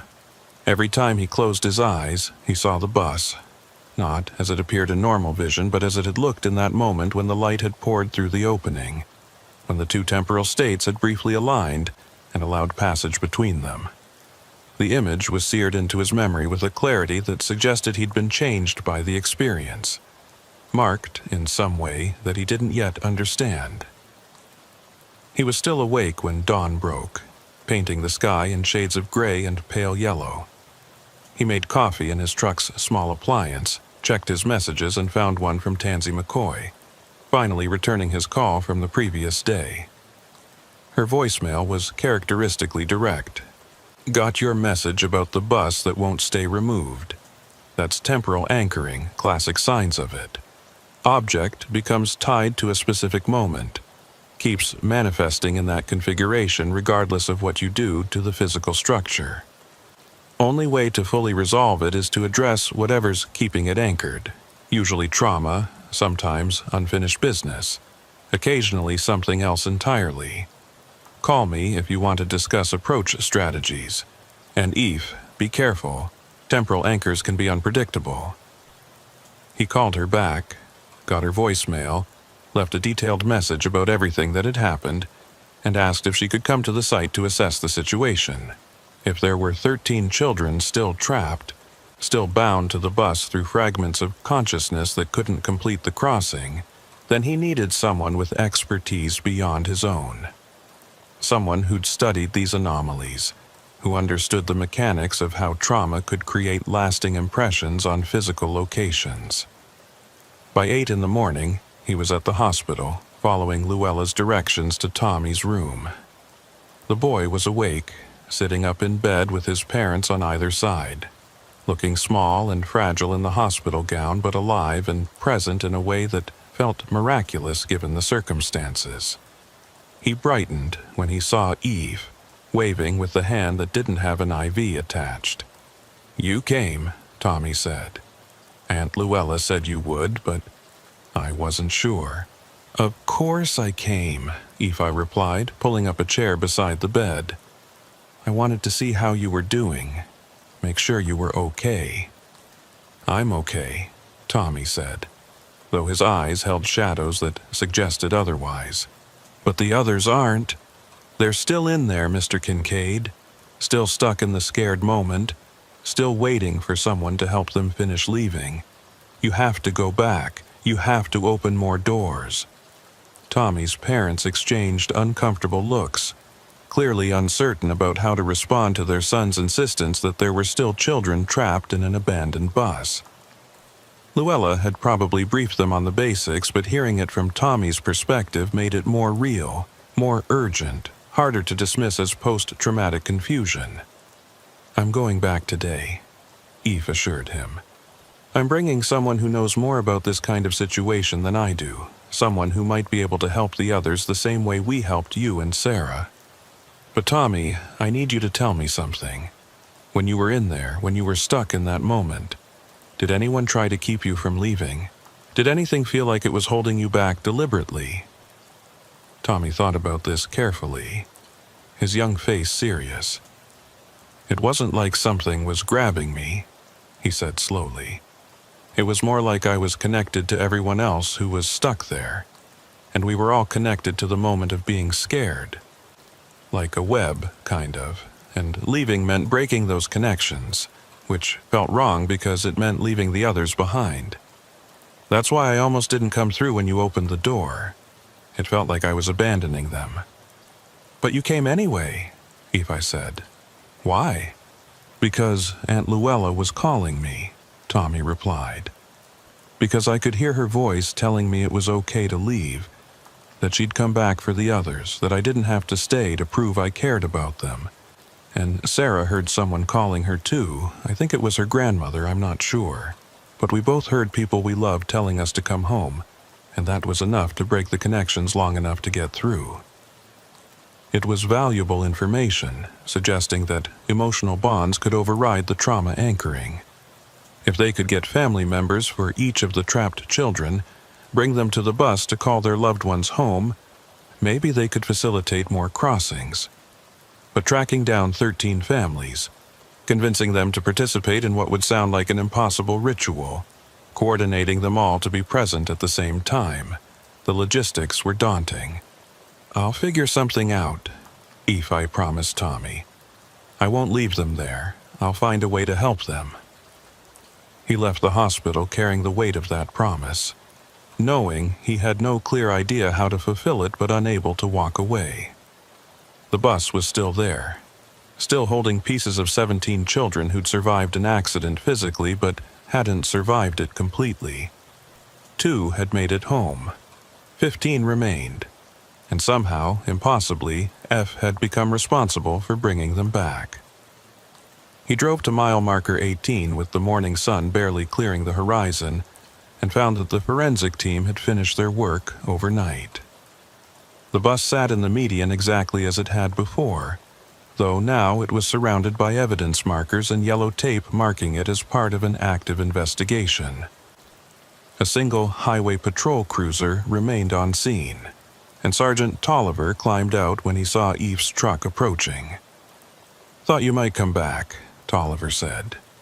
"The forensic team found some interesting things, chemical traces in the interior that don't match any known compounds, temperature anomalies that their equipment couldn't fully explain, recording devices picking up sounds that weren't audible to human ears at the time but showed up on playback. They're classifying it as an unexplained phenomenon pending further investigation." "Which means they're going to study it," Eve said. "Bring in specialists, run more tests, try to understand it scientifically." "Which means they're going to take time we might not have," Tolliver corrected. "If there are children still trapped in there, if their consciousness, or whatever you want to call it, is gradually fading or degrading, then waiting for official channels could mean losing them permanently, Ev looked at the sergeant with new understanding. You want to help, you want to go off the books and do this unofficially. I want to do right by those kids, Tolliver said. I failed them when I didn't investigate properly the first time, when I let this bus sit here for months because dealing with it officially was too complicated. I'm not failing them again. So, if you've got a plan, if you know someone who can help, I'll do whatever I can to facilitate it. I'll keep the scene secured. I'll delay the specialists. I'll run interference with the bureaucracy. Just tell me what you need. What Eve needed was Tansy McCoy, with her expertise and her folders full of documentation about similar incidents. What he needed was the families of 15 missing or altered children, willing to stand in the rain and call their loved ones home. What he needed was understanding that he didn't have, solutions to problems that defied normal approaches. But what he had was a crowbar, a commitment to help, and the growing certainty that the bus wouldn't release its hold until someone forced it to. Until someone created enough openings, enough passages, enough connections between the trapped moment and the present that the children could finally finish leaving. Give me 24 hours, Eve said. I'll contact everyone I can think of who might be able to help. And then tomorrow night we're going to come back here with whatever resources we can gather, and we're going to open every door we can find until everyone who wants to leave has the chance to do so. Tolliver nodded. I'll be here, and I'll make sure no one interferes. Eve spent the rest of that day making calls, sending messages, reaching out to every contact who might have relevant expertise or resources. Tansy agreed to drive through the night to reach them, bringing equipment and knowledge she'd accumulated over years of studying highway anomalies. Boyd coordinated with dispatch to free up Eve's schedule, giving him the time he needed without asking too many questions she wouldn't want answered officially. And Luella began the heartbreaking task of contacting families, not to tell them their children were trapped in a school bus in a way that defied explanation, but to ask them to come to mile marker 18 the following evening for a memorial ceremony, a chance to say goodbye and find closure. Some agreed, some refused, but enough said yes that by the time night fell, Eve had a list of 7 families who would be present, who would call for their children and hope for an answer. It wasn't everyone. It wasn't enough. But it was a start. And as Eve sat in his truck that night, parked at the same truck stop where he'd failed to sleep the night before, he thought about doors and passages and the space between moments. He thought about how trauma could anchor consciousness to specific locations, how fear could create bonds stronger than physical distance, how love could sometimes cut through those bonds and bring people home. Tomorrow, they would try again. Tomorrow they would open more doors, create more passages, call louder into the space where past and present intersected.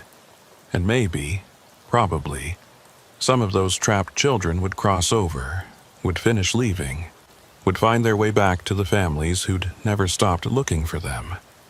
But F suspected, with a certainty that sat cold in his gut, that not everyone would make it through. That some fragments were too deeply embedded, too thoroughly integrated with the traumatic moment to be easily separated, and that the bus would remain in that median, holding on to whatever pieces it couldn't release, waiting for the next accident, the next trauma, the next opportunity to trap consciousness in amber and refuse to let go. The road took what it wanted. The road remembered. And sometimes the road kept pieces of people long after their bodies had walked away, creating hauntings that looked like abandoned vehicles but were actually monuments to moments that refused to end. EPH closed his eyes, knowing sleep still wouldn't come, and made peace with the fact that he would carry the weight of this experience for the rest of his driving career. That every time he passed an abandoned vehicle on the shoulder, he would wonder what it was holding, what it refused to release, that he would never again be able to look at accidents the same way, Never assume that survival was as simple as walking away physically intact. The bus waited in the median. The children waited within the bus. And tomorrow, Eve would go back and try again to bring them home, knowing that trying was all he could do, and that sometimes trying wasn't enough.